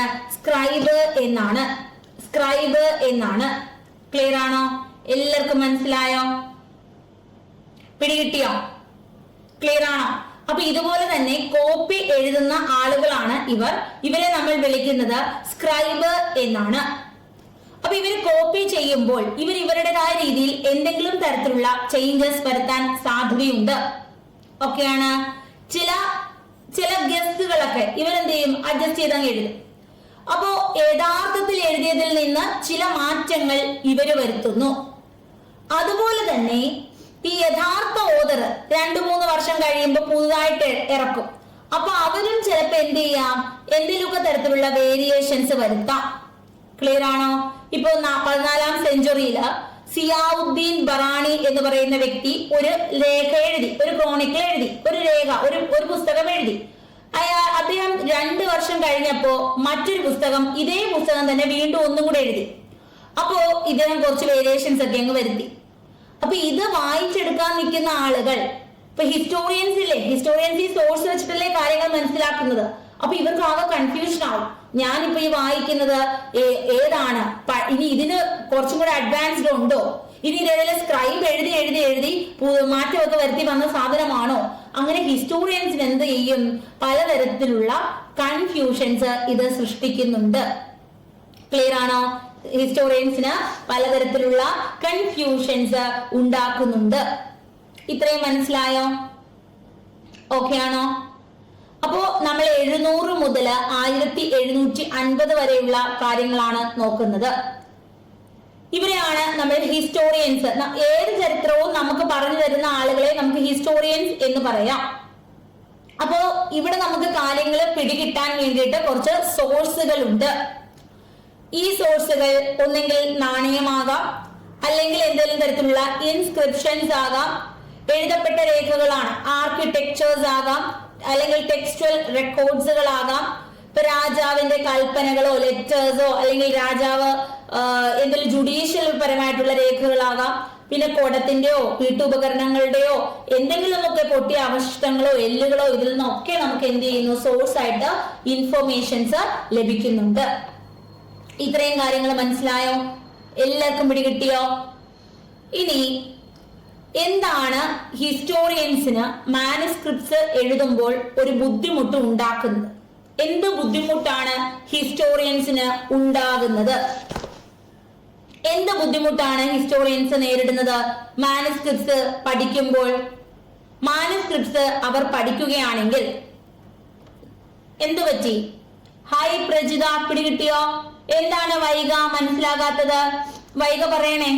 മാനുസ്ക്രിപ്റ്റ് മനസ്സിലായില്ല. മാനുസ്ക്രിപ്റ്റ് എന്ന് പറയുന്നത് പ്രത്യേകിച്ച് ഒന്നുമില്ല.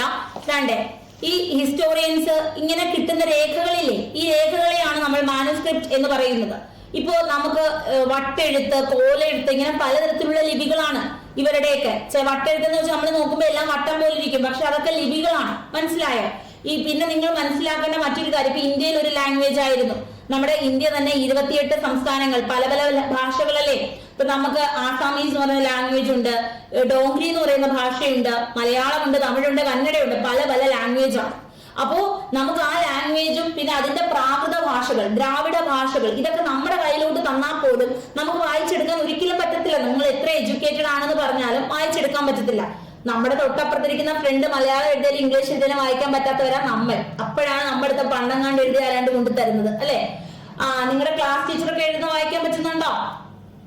അപ്പോ നമുക്ക് പലപ്പോഴും നമുക്ക് നമ്മുടെ ലെറ്റർ ആണ് വായിക്കാൻ ഇഷ്ടം, അല്ലെ? അല്ലെങ്കിൽ ഇങ്ങനത്തെ പ്രിന്റഡ് ലെറ്റേഴ്സ്, അല്ലാത്തതൊക്കെ നമുക്ക് അങ്ങോട്ട് വായിക്കാൻ ഇച്ചിരി പാടാണ്.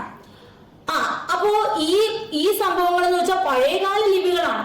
പഴയകാല പണ്ട് ഇപ്പോഴൊന്നും പ്രചാരമുള്ള ഭാഷകളല്ല, വളരെ പഴക്കമുള്ള ഭാഷകളാണ്. അതിൽ തന്നെ ഇവർക്ക് ഓരോരുത്തരെ ഹാൻഡിൽ എഴുതുമ്പോൾ പല വേരിയേഷൻസ് വെച്ച് എഴുതും. ഇപ്പോ നമുക്ക് തന്നെ അറിയാം, ല എന്ന അക്ഷരം നമ്മൾ ഇങ്ങനെ എഴുതി, ചിലർ ഇങ്ങനെ ആയിരിക്കും എഴുതുന്നത്, ചിലർ ഈ പോലെ എഴുതി കളയും. അപ്പോ അയാള് വ്യക്തമായിട്ട് എഴുതുന്നോ എന്ന് പോലും അറിയാതാണ് ഇവർ ഇതൊക്കെ വായിച്ച് മനസ്സിലാക്കേണ്ടത്, അല്ലെ? അത്ര ബുദ്ധിമുട്ടാണ് ഇതൊക്കെ. പഴയകാല ചരിത്ര രേഖകളൊക്കെ കിട്ടിയാൽ പോലും മനസ്സിലാക്കി എടുക്കുക എന്നുള്ളത്. ഇന്നും മനസ്സിലാക്കപ്പെടാത്ത ഒരുപാട് ചരിത്ര രേഖകൾ ഇവരുടെ കയ്യിൽ സൂക്ഷിച്ചു വെച്ചിട്ടുണ്ട്. ലാംഗ്വേജ് വായിക്കാൻ മനസ്സിലാവുന്നില്ല, ഈ ഭാഷ വായിക്കാൻ അറിയില്ല. അശോകന്റെ സ്ക്രിപ്റ്റ്സ് ഒക്കെ ഉണ്ട്, അതൊക്കെ വായിച്ചു. പക്ഷെ വേറെ പല സ്ക്രിപ്റ്റുകളും ചരിത്രകാരന്മാരുടെ കയ്യിലുണ്ട്, പക്ഷെ അവർക്കൊന്നും ഈ ഭാഷ അറിയത്തില്ല, കാര്യങ്ങളൊന്ന് വായിച്ചെടുക്കാൻ. അപ്പൊ അങ്ങനത്തെ കാര്യങ്ങളൊക്കെ ഉണ്ട്. ഇങ്ങനെ കിട്ടുന്ന ഈ വാക്കുകളെ, ഈ വാക്യങ്ങളെയൊക്കെയാണ് നമ്മൾ മാനുസ്ക്രിപ്റ്റ്സ് എന്ന് പറയുന്നത്. ഇത് ഒരു പുസ്തകം, ഈ പുസ്തകത്തെ കോപ്പി എഴുതുന്ന ആളുകളെ സ്ക്രൈബ് എന്നാണ് വിളിക്കുന്നത്. ഓക്കെയാണ്. അപ്പൊ അന്നെന്ന് വെച്ചാൽ നമുക്ക് പ്രിന്റിംഗ് പ്രസ്സുകളൊന്നും ഇല്ല അല്ലെ, വളരെ പഴക്കമുള്ള സമയമാണ്. ബുക്കുകളൊക്കെ എന്ന് വെച്ചാൽ കൈകൊണ്ടങ്ങ് എഴുതുകയാണ്. അപ്പോ ഒത്തിരി ബുക്കുകൾ, ഒരുപാട് പേപ്പറുകളൊന്നും അവൈലബിൾ അല്ല. അപ്പൊ ഈ എഴുതിയ സാധനം തന്നെ ചിലപ്പോൾ മായിച്ചിട്ട് വീണ്ടും എഴുതും, അങ്ങനത്തെ പരിപാടികളും ഉണ്ട്. അപ്പൊ ഇത് എഴുതുന്നത്, മാനുസ്ക്രിപ്റ്റ്സ് എങ്ങനെയാണ് എഴുതുന്നത്? കൈ കൊണ്ടാണ്. എല്ലാരും കൈ കൊണ്ടാണ് എഴുതുക, പ്രിന്റ് ചെയ്ത് എടുക്കുകയല്ല, കൈ കൊണ്ടിരുന്ന് കുത്തിയിരുന്ന് എഴുതുകയാണ്. ഇനി കോപ്പി ചെയ്യുന്നവരോ, കോപ്പി ചെയ്യുന്നവർ ചുമ്മാതെ ചേഞ്ചസ് ഒക്കെ വരുത്തും, അവരുടേതായ ചേഞ്ചസ് ഒക്കെ അങ്ങ് വരുത്തും. അപ്പോ സ്മോൾ ഡിഫറൻസസും ചില മിസ്റ്റേക്കുകളും ഒക്കെ ഉണ്ടാകും കോപ്പി ചെയ്യുമ്പോ. അപ്പൊ ഈ മാനുസ്ക്രിപ്റ്റ്സ് എന്താകുന്നു? സെയിം ടെക്സ്റ്റ് ചിലരെന്ത് ചെയ്യും? വീണ്ടും എഴുതും. ഇപ്പൊ ഞാനിപ്പോ ഒരു പുസ്തകം രചിച്ചു, ഈ പുസ്തകം ഞാൻ ഒന്നും കൂടെ അച്ചടിക്കുകയാണ്. ഇന്നത്തെ കാലത്തെന്ന് വെച്ചാല് ഇപ്പൊ 7ാം ക്ലാസ്സിൽ നിങ്ങളുടെ പുസ്തകം ഇറക്കി, ഈ പുസ്തകം വീണ്ടും അടിക്കാൻ പറഞ്ഞ പ്രിന്റ് ചെയ്ത് വെച്ചേക്കുവാണ്, അങ്ങ് കോപ്പിന്ന് അടിച്ച് പ്രിന്റ് ചെയ്തെടുക്കാം. പക്ഷെ ഞാനിത് എഴുതി ഉണ്ടാക്കുന്ന ഒരു പുസ്തകമാണ്. ഇന്ന് ഞാൻ എഴുതുന്ന പോലെ ആയിരിക്കും നാളെ എഴുതുന്നത്. നാളെ ചിലപ്പോൾ ഇത്രയും വലിയ പുസ്തകം എഴുതുമോ, എനിക്ക് കുറച്ച് തെറ്റൊക്കെ പറ്റും. വീണ്ടും ഞാൻ എഴുതുമ്പോൾ വീണ്ടും എനിക്ക് കുറച്ച് തെറ്റ് വരും. ഇവരെല്ലാ പ്രാവശ്യം ഇങ്ങനെ എഴുതിയാണ് പുസ്തകം അടിച്ചിറക്കുന്നത്. അപ്പൊ ഇവർക്ക് എന്ത് ചെയ്യും? വീണ്ടും എഴുതുമ്പോൾ പലതരത്തിലുള്ള തെറ്റുകൾ അശ്രദ്ധ മൂലം സംഭവിക്കാം. അതുപോലെ തന്നെ കോപ്പി ചെയ്യുന്ന, ആളങ്ങ് മരിച്ചുപോയി എഴുതിയ ആള്, വേറൊരാൾ ഈ പുസ്തകം കോപ്പി ചെയ്ത് ഇറക്കുന്നു. അപ്പൊ ആളെന്ത് ചെയ്യും? ചേഞ്ചസ് വരുത്തി ഇറക്കുന്നു. ഇതൊക്കെയാണ് ഈ മാനുസ്ക്രിപ്റ്റ്സിന് പല പ്രശ്നങ്ങൾ എന്ന് പറയുന്നത്. ക്ലിയർ ആണോ? ഹിസ്റ്റോറിയൻസ് ഫേസ് ചെയ്ത കാര്യങ്ങൾ ഇപ്പൊ വ്യക്തമായോ? ഡൗട്ട് ഉണ്ടോ? ക്ലിയർ ആണോ? മനസ്സിലാകുന്നുണ്ടോ? എല്ലാവർക്കും പിടികിട്ടിയോ? ഓക്കെ ആണ്. അപ്പൊ അതാണ് ആ ഒരു കാര്യം. ഇനി നമ്മൾ ന്യൂ സോഷ്യൽ ആൻഡ് പൊളിറ്റിക്കൽ ഗ്രൂപ്പ്സിലേക്കാണ് വരുന്നത്. എന്താണ് new social and political groups എന്ന് നമുക്ക് നോക്കാം. അതായത് പേർഷ്യൻ വീൽ, ഇപ്പൊ കാലഘട്ടങ്ങൾ മാറുന്നു, അപ്പോഴത്തേക്ക് പുതിയ കണ്ടുപിടുത്തങ്ങളൊക്കെ വന്നു. അപ്പൊ ഈ ജലസേചനത്തിനൊക്കെ വേണ്ടി പേർഷ്യൻ വീൽസ് ഒക്കെ കണ്ടുപിടിച്ചു. മറ്റേത് നമ്മുടെ ജനങ്ങൾ തന്നെ എന്ത് ചെയ്യുന്നു? കൊണ്ടുപോയി കൃഷി. ഇവരാദ്യം ആധുനിക കാലഘട്ടത്തിൽ ഇവരെന്തായിരുന്നു? ഫാമേഴ്സ് ആയിരുന്നു. ഇവരെല്ലാരും ആദ്യ കാലഘട്ടത്തിൽ എല്ലാവരുടെയും ജോലി എന്താണ്? കൃഷിയാണ്. ആദ്യം ഏറ്റവും പുരാതന കാലഘട്ടത്തിൽ എന്ന് വെച്ചാൽ ആർക്കും ജോലിയൊന്നുമില്ല, രാവിലെ എണീറ്റ് ഡ്രസ്സൊന്നുമില്ല, ഇങ്ങനെ രാവിലെ എണീക്കുന്നു, ഏതെങ്കിലുമൊക്കെ ഫ്രൂട്ട്സോ വെജിറ്റബിൾസോ, ഈ വനത്തിലാണല്ലോ താമസം, അപ്പൊ അവിടുന്ന് കാണുന്നതൊക്കെ പിടിച്ച് തിന്നുന്നു, ഏതെങ്കിലുമൊക്കെ മൃഗങ്ങളെയൊക്കെ വേട്ടയാടി പച്ചയ്ക്ക് തിന്നുന്നു. പിന്നീടാണ് തീ കണ്ടുപിടിച്ചത്. തീ കണ്ടുപിടിച്ചപ്പോഴത്തേക്ക് കരിഞ്ഞ ഭക്ഷണം, അതായത് വേവിച്ച ഭക്ഷണം തിന്നാൻ തുടങ്ങി. പിന്നീട് കുറെ ജനങ്ങൾ കൂടി വന്നപ്പോഴാണ് ഇവർ പതുക്കെ കൃഷിയിലേക്ക് തിരിയുന്നത്. കൃഷിയിലേക്ക് തിരിഞ്ഞപ്പോഴാണ് ഇവർ ഒന്നിച്ച് താമസിക്കാനും നദികളുടെ തീരങ്ങളിൽ താമസിക്കാനും തുടങ്ങിയത്. അങ്ങനെയാണ് നമ്മളുടെ സിന്ധു നദീതട സംസ്കാരമൊക്കെ വന്നത്. ഓക്കെ ആണോ? ഇത് നമ്മുടെ ചരിത്രം. ഇത് നമ്മുടെ ഒരു ചരിത്രം പറഞ്ഞതേ ഉള്ളൂ. ആദ്യം ഇവര് വെറും കാട്ടുവാസികളാണ് എന്ന് പറയാം. കാട്ടിൽ ഇങ്ങനെ താമസിക്കുന്നു, വീടൊന്നുമില്ല. രാവിലെ ഇവിടെ കുറെ ഫ്രൂട്ട്സ് ഒക്കെ ഉണ്ടെങ്കിൽ അതിനൊക്കെ പിച്ചിക്ക് തിന്നും, ഇലകളൊക്കെ ചവച്ച് തിന്നും. അത് കഴിഞ്ഞ് നടന്നങ്ങ് പോകും. അടുത്ത സ്ഥലത്ത് കുറെ ഫ്രൂട്ട്സ് ഒക്കെ കാണും, അതിനെ തിന്നും. അങ്ങനെ ജീവിച്ചവരാണ്. പിന്നീടാണ് കൃഷി തുടങ്ങിയത്. ക്ലിയർ ആണോ? കൃഷി തുടങ്ങിയെങ്കിൽ എല്ലാം കൈകൊണ്ടൊക്കെ ചെയ്തുകൊണ്ടിരുന്നു, ഉപകരണങ്ങളൊന്നും കണ്ടുപിടിച്ചിട്ടില്ല. പിന്നീട് വീലൊക്കെ വന്നു, പേർഷ്യൻ വീൽസ് ഒക്കെ വന്നു. അപ്പൊ ജലസേചനമൊക്കെ കിട്ടി. സ്പിന്നിങ് വീല് വന്നു, തുണിയൊക്കെ തയ്ക്കുന്നതിന് വേണ്ടി. ആദ്യം മരത്തിന്റെ തോലും മൃഗങ്ങളുടെ തോലും ഒക്കെ ആയിരുന്നു വസ്ത്രങ്ങൾ. പിന്നീടാണ് എന്ത് ചെയ്തത്? നെയ്ത്ത്, തുണികളൊക്കെ കണ്ടുപിടിച്ചൊക്കെ വരുന്നത്. അപ്പോ സ്പിന്നിങ് വീല് കണ്ടുപിടിക്കുന്നു, ഫയർ ആംസ് വരുന്നു, പിന്നെ പലതരത്തിലുള്ള ഭക്ഷണങ്ങൾ വരുന്നു, പലതരത്തിലുള്ള വെള്ളങ്ങൾ വരുന്നു, പൊട്ടറ്റോ കിഴങ്ങ് വരുന്നു, കോൺ വരുന്നു, മുളക്, നമ്മുടെ തേയില, കോഫി ഒക്കെ വരുന്നു. ചായ, ടീ വന്നത് എവിടെ നിന്നാണ്? ചൈന എന്ന രാജ്യത്ത് നിന്നാണ് നമുക്ക് ചായ വന്നത്. ചായ വന്നത് എവിടുന്നാ? ചൈന എന്ന രാജ്യത്ത് നിന്നാണ്. അപ്പൊ പലതരത്തിലുള്ള ഭക്ഷണങ്ങൾ വന്നു, പലതരത്തിലുള്ള കണ്ടുപിടുത്തങ്ങൾ വന്നു, കാര്യങ്ങൾ എളുപ്പമായി തുടങ്ങി. ഓക്കെ ആണോ? ഇത്രയും കാര്യങ്ങൾ മനസ്സിലായോ? എല്ലാവർക്കും പിടികിട്ടിയോ? ഓരോന്നൊക്കെ കണ്ടുപിടിച്ചു. ഇപ്പൊ ഞാൻ പറയാം, നമ്മുടെ വീട്ടില് തുണി അലക്കിക്കൊണ്ടിരുന്നതാണ്. അങ്ങനെ ഇരിക്കുമ്പോഴാണ് വാഷിംഗ് മെഷീൻ വാങ്ങിച്ചത്. തുണിയിട്ട് ടക്ക് അലക്കി കഴിഞ്ഞു എടുത്ത് വിരിച്ചാൽ മതി അല്ലെ? നമ്മള് കല്ലിങ്ങനെ അരച്ചുകൊണ്ടിരുന്നപ്പോഴാണ് മിക്സി കണ്ടുപിടിച്ചത്. പിന്നെ നമ്മൾ ഒറ്റ കറക്ക സ്വിച്ച് ഇടുക. ഓക്കെ, ക്ലിയർ ആണ്. വിശറി കൊണ്ട് വീശിക്കൊണ്ടിരുന്നപ്പോഴാണ് ഫാനും AC വന്നത്. അപ്പൊ നമ്മുടെ കാര്യങ്ങൾ എളുപ്പമായില്ലേ? അങ്ങനെ ഓരോ കാലഘട്ടം കഴിയുമ്പോൾ പുതിയ പുതിയ കണ്ടുപിടുത്തങ്ങൾ വരും, നമ്മളുടെ കാര്യങ്ങൾ കൂടുതൽ എളുപ്പമാകും. ഇനി ഫ്യൂച്ചറിലൊക്കെ നമ്മളിങ്ങനെ സ്വിച്ച് ഇടുമ്പോൾ അപ്രത്യക്ഷമായി ഇങ്ങനെ വേറെ സ്ഥലത്തൊക്കെ എത്തുന്ന മെഷീൻസ് ഒക്കെ വരുമായിരിക്കാം അല്ലെ. ഇപ്പൊ നമുക്ക് ട്രാവൽ ഒക്കെ ചെയ്യണം. ഇപ്പൊ ഇവിടെ അമേരിക്ക പോകണം എന്നുണ്ടെങ്കിൽ നമുക്ക് പോയി ഫ്ലൈറ്റിലൊക്കെ കയറി കുറെ കഷ്ടപ്പെട്ടൊക്കെ ചെല്ലണം. ഇനി നമ്മള് മാജിക് സ്റ്റോറീസിലൊക്കെ കണ്ടതുപോലെ പരവതാനിയൊക്കെ ഭാവിയിലൊക്കെ കണ്ടുപിടിച്ച് വരുമായിരിക്കും. സ്വിച്ച് ഇട്ടതിനകത്ത് കയറിയിരിക്കുമ്പോൾ അവിടെ ചെന്നിറങ്ങുന്നു, പറന്നിറങ്ങുന്നു, അങ്ങനത്തെയൊക്കെ ഇനി കണ്ടുപിടിക്കുമായിരിക്കാം. അപ്പോ ഇതൊക്കെയാണ് പുതിയ ടെക്നോളജീസ് ആ കാലഘട്ടത്തിൽ വന്നത്. Persian wheel, spinning wheel, fire arms, ഇങ്ങനത്തെ കുറച്ച് ടെക്നോളജീസ് ഒക്കെ ആ കാലഘട്ടത്തിൽ വന്നു. ഓക്കെയാണ്. ഇനി അന്നത്തെ ചലനം എങ്ങനെയായിരുന്നു? അന്നത്തെ ആളുകൾക്ക് ചലനം ഉണ്ടായിരുന്നോ? അവർക്ക് നല്ല ചലനമില്ല. അവർ ഒരു സ്ഥലത്ത് നിന്ന് മറ്റൊരു സ്ഥലത്തേക്ക് പോയിക്കൊണ്ടേയിരിക്കുകയാണ്. ഭക്ഷണത്തിന് വേണ്ടി പോകുന്നുണ്ട്, പിന്നെന്തിനു വേണ്ടി പോകുന്നുണ്ട്? ജോലിക്ക് വേണ്ടി പോകുന്നുണ്ട് അല്ലെ. എന്നുവെച്ചാ ഇന്നത്തെ കൂട്ട് റെപ്യൂട്ടഡ് ജോബ് അല്ല. എന്തെങ്കിലും കൃഷി, ഇപ്പൊ ഈ സ്ഥലത്തെ കൃഷി, ഇപ്പൊ ഇവിടെ കുറെ മരച്ചിനെ കൃഷി ചെയ്തു, പിന്നെ ഇനി വിളവ് വരുന്നില്ല. കാര്യം എപ്പോഴും ഒരേ കൃഷി ഒരു സ്ഥലത്ത് ചെയ്താൽ വലിയ ഗുണം ഉണ്ടാവത്തില്ലല്ലോ. അപ്പൊ മാറി വേറൊരു സ്ഥലത്ത് പോയി കൃഷി ചെയ്യും. അപ്പൊ അങ്ങനെ അവരുടെ ജോലിക്ക് വേണ്ടി, അല്ലെങ്കിൽ ഈ സ്ഥലത്തെ മൃഗങ്ങളെയൊക്കെ അവർ കൊന്നു തിന്നു, ഇനി അടുത്ത സ്ഥലത്തേക്ക് മൂവ് ചെയ്യും, എന്നിട്ട് അവിടുത്തെ മൃഗങ്ങളെ വേട്ടയാണ്. അപ്പൊ അങ്ങനെ അവർ മൂവ് ചെയ്തുകൊണ്ടേയിരുന്നു. പല കാരണങ്ങൾക്ക് വേണ്ടിയിട്ടാണ്. അവരുടെ കൃഷിക്ക് വേണ്ടിയിട്ടാകാം, അവരുടെ ഭക്ഷണത്തിന് വേണ്ടിയിട്ടാകാം, അവരുടെ ജോലിക്ക് വേണ്ടിയിട്ടാകാം അല്ലെ. പലതിന് വേണ്ടിയിട്ടും എന്ത് ചെയ്തു? ഇവര് ട്രാവൽ ചെയ്തിരുന്നു എന്ന് നമ്മൾ മനസ്സിലാക്കുന്നു. ക്ലിയർ ആണോ? ഇവർക്ക് ട്രാവലിംഗ് ഉണ്ടായിരുന്നോ? ട്രാവൽ ഉണ്ടായിരുന്നോ? ഇനി ചിലപ്പോൾ അവിടെ എന്തെങ്കിലും ഡിസാസ്റ്റർ വന്നത് കൊണ്ടായിരിക്കാം. എന്തെങ്കിലും തരത്തിലുള്ള വെള്ളപ്പൊക്കവോ അല്ലെങ്കിൽ ഭൂമി ഉലുക്കോ അങ്ങനെയൊക്കെ വന്നാലും മാറത്തില്ല. ചിലപ്പോൾ ഒരു സ്ഥലത്ത് എപ്പോഴും ഒരു ജീവി വന്ന് ആക്രമിക്കുന്നുണ്ട്, അപ്പൊ അവിടെ നമ്മൾ മൂവ് ചെയ്തു. അങ്ങനെയും മാറ്റം ഉണ്ടാകാം. പിന്നെയോ ചിലര് കുറച്ചു നാൾ കഴിഞ്ഞപ്പോഴാണ് ഈ ഒരു മതങ്ങളൊക്കെ വന്നത്. ഈ മതത്തെ പ്രചരിപ്പിക്കുന്നതിന് വേണ്ടിയിട്ടും ഇവരെന്ത് ചെയ്തു? മൂവ്മെന്റ് നടത്തി.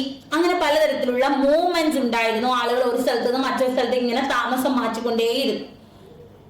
പിന്നെ നമ്മൾ നോക്കുമ്പോൾ നമുക്ക് നോക്കേണ്ടത് എന്താണ് രജപുത്ര എന്ന. ഈ രജപുത്ര എന്ന് ഉദ്ദേശിക്കുന്നത്, രജപുത്ര എന്ന വാക്കിന്റെ അർത്ഥം സൺ ഓഫ് റൂളർ എന്നാണ്. രജപുത്ര എന്ന വാക്കിന്റെ അർത്ഥം എന്താണ്? സൺ ഓഫ് റൂളർ എന്നാണ്. ഓക്കെയാണ്. അപ്പൊ റൂളറിനെയും, അതായത് ഒരാള് ഭരിക്കുകയാണ്, രാജാവിന്റെ മകന് എന്ന് രജപുത്ര എന്ന് പറയും. രാജാവിന്റെ പുത്രൻ രജപുത്ര എന്ന് പറയും. അങ്ങനത്തെ റൂളറിനെ പറയും, സോൾജറിനെ പറയും, അതുപോലെ കമാൻഡേഴ്സിനെയൊക്കെ പറയും. ആർമീസിലേക്ക് കമാൻഡേഴ്സിനെയൊക്കെ രജപുത്ര എന്ന് പറയുന്നുണ്ട്. അപ്പോൾ ഈ സമയത്ത് രാജ്പുത്സ് അല്ലെങ്കിൽ രജപുത്ര എന്ന് പറയുന്ന ഒരു വേർഡ്, അതായത് സൺ ഓഫ് റൂളർ, ഈ സമയത്ത് ഇങ്ങനൊരു വേർഡ് ഉണ്ടായിരുന്നു. രജപുത്ര എന്നൊരു വാക്ക് നമ്മളൊന്ന് ഓർത്തു വെക്കുക. ക്ലിയർ ആണ്. രാജാവ് എന്ന് പറയുന്നത് ഏത് ആളുകളാണ്? ക്ഷത്രിയന്മാരാണ്. രാജാവ് എന്ന് പറയുന്നത് ക്ഷത്രിയന്മാരാണ്. രാജാവിന്റെ ഡ്യൂട്ടി എന്താണ്? യുദ്ധം ചെയ്യൽ. രാജാവിന്റെ ഡ്യൂട്ടി എന്താണ്? യുദ്ധം ചെയ്യൽ. ഇനി പലതരത്തിലുള്ള കൃഷികളൊക്കെ അവിടെ നടന്നു. അങ്ങനെ എന്ത് ചെയ്തു? കന്നുകാലികളെയൊക്കെ മേയ്ക്കൽ തുടങ്ങി. അവരുടെ സൊസൈറ്റി ഒന്ന് മാറി തുടങ്ങി അല്ലെ. അവരുടെ സൊസൈറ്റിയിൽ അവരെ കൃഷി ചെയ്യുന്നു, കന്നുകാലികളെ ഇണക്കി വളർത്തുന്നു. അങ്ങനെ പലതരത്തിലുള്ള ഇവർക്ക്, അതായത് ഒരു സാധനം കൊടുത്ത് മറ്റൊരു സാധനം വാങ്ങിക്കും. കൃഷി ചെയ്യുമ്പോൾ ഇവര് അരിയാണ് ഉണ്ടാക്കുന്നതെങ്കിൽ അപ്പുറത്ത് ഗോതമ്പുണ്ട്, അരി കൊടുക്കും, ഗോതമ്പ് വാങ്ങിക്കും. ബാർട്ടർ സംവിധാനങ്ങളൊക്കെ വന്നു. അങ്ങനെ ഇവരുടെ കാര്യങ്ങളൊക്കെ ഇച്ചിരി ഡെവലപ്പ് ചെയ്ത് തുടങ്ങുകയാണ് അല്ലെ. അങ്ങനെ ഇരിക്കുമ്പോഴാണ് കാസ്റ്റുകളും സബ് കാസ്റ്റുകളും വരുന്നത്. ഈ ജാതി സമ്പ്രദായം എങ്ങനെയാണ് ഉണ്ടായത്? അവർ ജോലി ചെയ്തു. ഇപ്പൊ ഒരാള് കൃഷി ചെയ്തു, അയാൾക്ക് ഒരുപാട് സാധനങ്ങൾ ഉണ്ടാക്കുന്ന ഒരാളാണ്. അങ്ങനെയാണെങ്കിൽ അയാൾ ഈ സമൂഹത്തിലെ വലിയ ആളായി മാറി. അയാൾ ഒത്തിരി സാധനങ്ങൾ ഉണ്ടാക്കി വെക്കുവാണ്. അപ്പൊ അയാളുടെ വീട്ടിലെല്ലാം കിട്ടും. കുറച്ച് സാധനം കൊണ്ട് കൊടുക്കുമ്പോൾ വേറെ കിട്ടും. അങ്ങനെ ഒത്തിരി സാധനങ്ങൾ ഇയാൾക്ക് കിട്ടി. അങ്ങനെ കൂടുതൽ കൃഷി ചെയ്യുന്ന ആൾ വലിയ പണക്കാരനായി, അല്ലെങ്കിൽ അവിടുത്തെ വലിയ ആളായി. അങ്ങനെ ഒരു പരസ്പരം ഒരു വേർതിരിവ് സമൂഹത്തിൽ വന്നു തുടങ്ങി. കുറച്ച് കൃഷി ചെയ്യുന്ന ആൾ, കുറച്ച് സാധനം ഉണ്ടാക്കുന്ന ആൾ, അയാൾക്ക് കഷ്ടപ്പാടും. വലിയ കൃഷി ചെയ്യുന്ന ആൾക്ക് വലിയ ആൾ എന്നൊരു ബഹുമാനവും വന്നു തുടങ്ങി. അങ്ങനെയാണ് അവിടെ ഒരു ജാതി സമ്പ്രദായം തുടക്കത്തിൽ വരുന്നത്. എന്നാൽ പിന്നീട് നമ്മൾ കാണുന്നുണ്ട് ജാതി സമ്പ്രദായങ്ങൾ മൊത്തത്തിൽ മാറുന്നത്. അതായത് പുരോഹിതന്മാർ, നമ്മുടെ ദൈവത്തെ പ്രീതിപ്പെടുത്തുന്ന അല്ലെങ്കിൽ ദൈവത്തിന് വേണ്ടി പൂജകളൊക്കെ ചെയ്യുന്നവരെ ബ്രാഹ്മിൻസ് എന്ന് വിളിച്ചു. യുദ്ധം ചെയ്യുകയും രാജ്യം ഭരിക്കുകയും ചെയ്യുന്നവരെ ക്ഷത്രിയർ എന്ന് വിളിച്ചു. ഇനി ചെറിയ ചെറിയ ജോലികളൊക്കെ ചെയ്യുന്ന കച്ചവടക്കാരും അങ്ങനെയുള്ള സ്കിൽഡ് ആയിട്ടുള്ള ട്രേഡേഴ്സ് അങ്ങനെയൊക്കെ ഉള്ളവരെ കച്ചവടക്കാരെയൊക്കെ വൈശ്യാസ് എന്ന് വിളിച്ചു. പിന്നെ ഒരു സ്കിൽഡ് അല്ലാത്ത കൃഷിപ്പണിയൊക്കെ ചെയ്യുന്ന ആളുകളെ ശൂദ്രാസ് എന്ന് വിളിച്ചു. പിന്നെയോ അൺടച്ചബിലിറ്റി ഒക്കെ നിലനിന്നപ്പോൾ നമ്മൾ ഹരിജൻസ് എന്ന് പറയുന്ന വിഭാഗത്തെയും കണ്ടു. അപ്പൊ പലതായി അവരുടെ ജോലിയുടെ അടിസ്ഥാനത്തിൽ അവിടെ ജാതി സിസ്റ്റം നിലവിൽ വന്നു. അവർ ചെയ്യുന്ന ജോലി എന്താണോ അതിനനുസരിച്ച് അവർക്കൊരു പേരും സമൂഹത്തിൽ ഒരു വിലയും മാറാൻ തുടങ്ങി. അവർ ദൈവത്തെ പൂജിക്കുന്നവരാണെങ്കിൽ ബ്രാഹ്മണായി, അവർ യുദ്ധം ചെയ്യുകയും രാജകാര്യങ്ങൾ ചെയ്യുന്നവരാണെങ്കിൽ ക്ഷത്രിയന്മാരായി, അവരുടെ ചെറിയ ചെറിയ ജോലിയും കച്ചവടവുമാണെങ്കിൽ വൈശ്യരും, താഴേക്കിടയിലുള്ള പണികളാണ് കൃഷിപ്പണിയാണെങ്കിൽ ശൂദ്രരുമൊക്കെയായി മാറി. അങ്ങനെ ഒരു ജാതി വ്യവസ്ഥ അവിടെ ഡെവലപ്പ് ചെയ്തു വന്നു. ഓക്കെയാണ്. അപ്പോ മേജർ റിലീജിയസ് ഡെവലപ്മെന്റ് എന്താണ്? വേർഷിപ്പ് ഉണ്ട്, അവര് ദൈവത്തെ ആരാധിച്ചിരുന്നു. പിന്നെയോ ടെമ്പിൾസ് ഒക്കെ, അമ്പലങ്ങളൊക്കെ പണിതിരുന്നു. പിന്നെ ബ്രാഹ്മണനാണ് ദൈവ പൂജകളൊക്കെ നടത്തിയത്. അതുകൊണ്ട് തന്നെ അവർക്ക് ദൈവത്തിനോട് ഏറ്റവും അടുത്ത് നിൽക്കുന്ന ആളുകൾ എന്ന രീതിയിൽ കൂടുതൽ റെസ്പെക്ട് ലഭിച്ചു. ഇനി ബ്രാഹ്മിൻസിന് ഈ സംസ്കൃതം വായിക്കാൻ അറിയാം, കുറച്ചും കൂടെ പുസ്തകം എഴുതുന്നു. അപ്പൊ അവർക്ക് കുറെ കാര്യങ്ങൾ അറിയുന്ന വിവരമുള്ളവർ എന്ന രീതിയിലുള്ള ആളുകൾക്കിടയിൽ നല്ലൊരു റെസ്പെക്ട് ലഭിച്ചു. വിദ്യാഭ്യാസമുള്ള ആളുകളൊക്കെ ആയി മാറി. അങ്ങനെ ഭക്തി എന്ന് പറയുന്ന ഒരു സമ്പ്രദായം, ഒരു ഭക്തി മൂവ്മെന്റ് അവിടെ ഡെവലപ്പ് ചെയ്യുന്നു. ഒക്കെയാണ് ഈ സമയത്താണ് ഭക്തി മൂവ്മെന്റ് ഒക്കെ ഡെവലപ്പ് ചെയ്യുന്നത്. അപ്പൊ ജാതി എന്ന് പറയുന്നത് എന്താണ്? എല്ലാവരും ഒന്ന് ആലോചിച്ച് നോക്കി. എന്താണ് ഈ ജാതി എന്ന് പറയുന്നത്? മനസ്സിലാകുന്നുണ്ടോ? 6th ആണല്ലോ, 6th ക്ലാസ്സിലെ നോട്ട്സ് ആണ് ഇതൊക്കെ എന്നാണ് എന്റെ ഓർമ്മ. ലക്ഷ്മി പറയുന്നു അല്ലേ? ഓക്കെ, നമുക്ക് നോക്കാം. ഞാൻ സിലബസ് നോക്കിയപ്പോ ഫസ്റ്റ് ചാപ്റ്റർ ഇതാണ് കണ്ടത്. സിലബസില് നമ്മുടെ ഫസ്റ്റ് ചാപ്റ്റർ ആയിട്ട് NMMSന് ഇതാണ് കണ്ടത്. ഓക്കെ, അപ്പൊ ഇത്രയും കാര്യങ്ങൾ എല്ലാവർക്കും മനസ്സിലായാൽ ഇത്രയും പറഞ്ഞ് നിർത്താൻ പോവുകയാണ്. കാര്യം നിങ്ങൾക്ക് ഒരു കൺഫ്യൂഷൻ വന്നതുകൊണ്ടാണ് ഞാൻ ഇങ്ങനെ നിർത്താൻ പോകുന്നത്. ഓക്കെ, ഇത്രയും കാര്യങ്ങൾ ഞാൻ ഒന്നും കൂടെ ഒന്ന് സോർട്ട് ചെയ്ത് പറഞ്ഞിട്ട് നിർത്താം. ഓക്കെ, അപ്പോൾ നമ്മൾ ആദ്യം പറഞ്ഞ കാര്യം എന്താണ്? ആദ്യം നമ്മൾ 2 മാപ്പിനെ ഒന്ന് കമ്പയർ ചെയ്തു. അതിനുശേഷം 600 വർഷങ്ങളുടെ ഡിഫറൻസ് അത് നമ്മൾ കണ്ടു. പിന്നീട് നമ്മൾ കാർട്ടോഗ്രാഫർ ആരാണ് എന്ന് പഠിച്ചു. പിന്നീട് നമ്മൾ ഹിന്ദുസ്ഥാൻ ആ ഒരു വേർഡ്സിന്റെ ഡിഫറൻസ് ആണ് കണ്ടത്. 3 13th സെഞ്ചുറിയില്, 14th സെഞ്ചുറിയില്, 16th സെഞ്ചുറിയിൽ അത് ഉപയോഗിച്ചത് കാണുന്നു. പിന്നീട് എന്താണ് ഫോറിനർ എന്ന വാക്കിന്റെ മിഡീവലിലെ അർത്ഥം കണ്ടു. ഹിസ്റ്റോറിയൻസ് ആരാണ് എന്ന് പഠിച്ചു. സോഴ്സസ് എന്തൊക്കെയാണ്, ലിഖിത സോഴ്സുകൾ, അലിഖിത സോഴ്സുകൾ കണ്ടു. മാനുസ്ക്രിപ്റ്റ്സ് എന്താണ് എന്ന് പഠിച്ചു. സ്ക്രൈബ് ആരാണ് എന്ന് കണ്ടു. പിന്നീട് നമ്മൾ പഠിച്ച ഒരു പോയിന്റ് ആണ് നമ്മുടെ മാനുസ്ക്രിപ്റ്റ്സിൽ എന്ത് പ്രശ്നമാണ് ഹിസ്റ്റോറിയൻസ് നേരിടുന്നത് എന്നുള്ളതാണ്.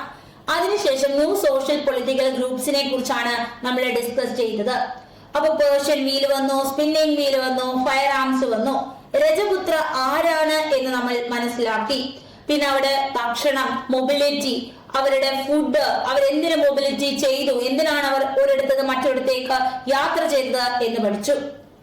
പിന്നീട് നമ്മളുടെ ജാതി വ്യവസ്ഥയിലേക്കാണ് വന്നത്. പലതരത്തിലുള്ള ജാതി വ്യവസ്ഥ അവിടെ ഉയർന്നു വരുന്നു. അത് ജോലിയുടെ അടിസ്ഥാനത്തിലായിരുന്നു. കൂടുതൽ കൃഷി ചെയ്തവർ കൂടുതൽ പണക്കാരായി മാറി. ഇത്രയുമാണ് നമ്മൾ ഇന്ന് ഡിസ്കസ് ചെയ്തത്. ഇത്രയും കാര്യങ്ങൾ മനസ്സിലായോ? ഓക്കെ, പലരും പല കൺഫ്യൂഷൻസ് പറയുന്നത് കൊണ്ടാണ്. 6th പഠിച്ചതാണെന്ന് ഓർമ്മയുണ്ട് അല്ലെ? NMMSന്റെ ഫസ്റ്റ് സിലബസിലെ ഹിസ്റ്ററിയിലെ ഫസ്റ്റ് ചാപ്റ്റർ ആണ് ട്രേസിംഗ് എന്ന് പറയുന്നത്. അപ്പൊ അതുകൊണ്ടാണ് ഞാനിത് എടുത്തത്. അപ്പോൾ ഇത് നിങ്ങൾ എല്ലാവരും കുറെ പേര് കൺഫ്യൂഷൻസ് പറയുന്നു. Tracing changes through A 1000 years എന്ന് പറയുന്നതായിരുന്നു ഫസ്റ്റ് ചാപ്റ്റർ, നമ്മുടെ ഹിസ്റ്ററിയിലെ ഫസ്റ്റ് ചാപ്റ്റർ NMMSന്റെ സിലബസിൽ. അപ്പൊ അതുകൊണ്ടാണ് ഞാൻ പിന്നെ ക്വസ്റ്റ്യൻ ഒന്നും ചോദിക്കാനത്. അപ്പോൾ നമുക്ക് എന്തായാലും ഒന്നും കൂടെ ക്ലാരിറ്റി വരുത്തിയിട്ട് ബാക്കി കണ്ടിന്യൂ ചെയ്യാം. ഓക്കെ, ക്വസ്റ്റ്യൻസ് നമ്മൾ ഡിസ്കസ് ചെയ്യും. ആദ്യം നമ്മൾ ഇതിന്റെ ഒരു കാര്യങ്ങൾ മനസ്സിലാക്കാണ്ട് ക്വസ്റ്റ്യൻസിലേക്ക് പോകാൻ പറ്റത്തില്ലല്ലോ. തീർച്ചയായിട്ടും ക്വസ്റ്റ്യൻസ് നമ്മൾ ഡിസ്കസ് ചെയ്യും.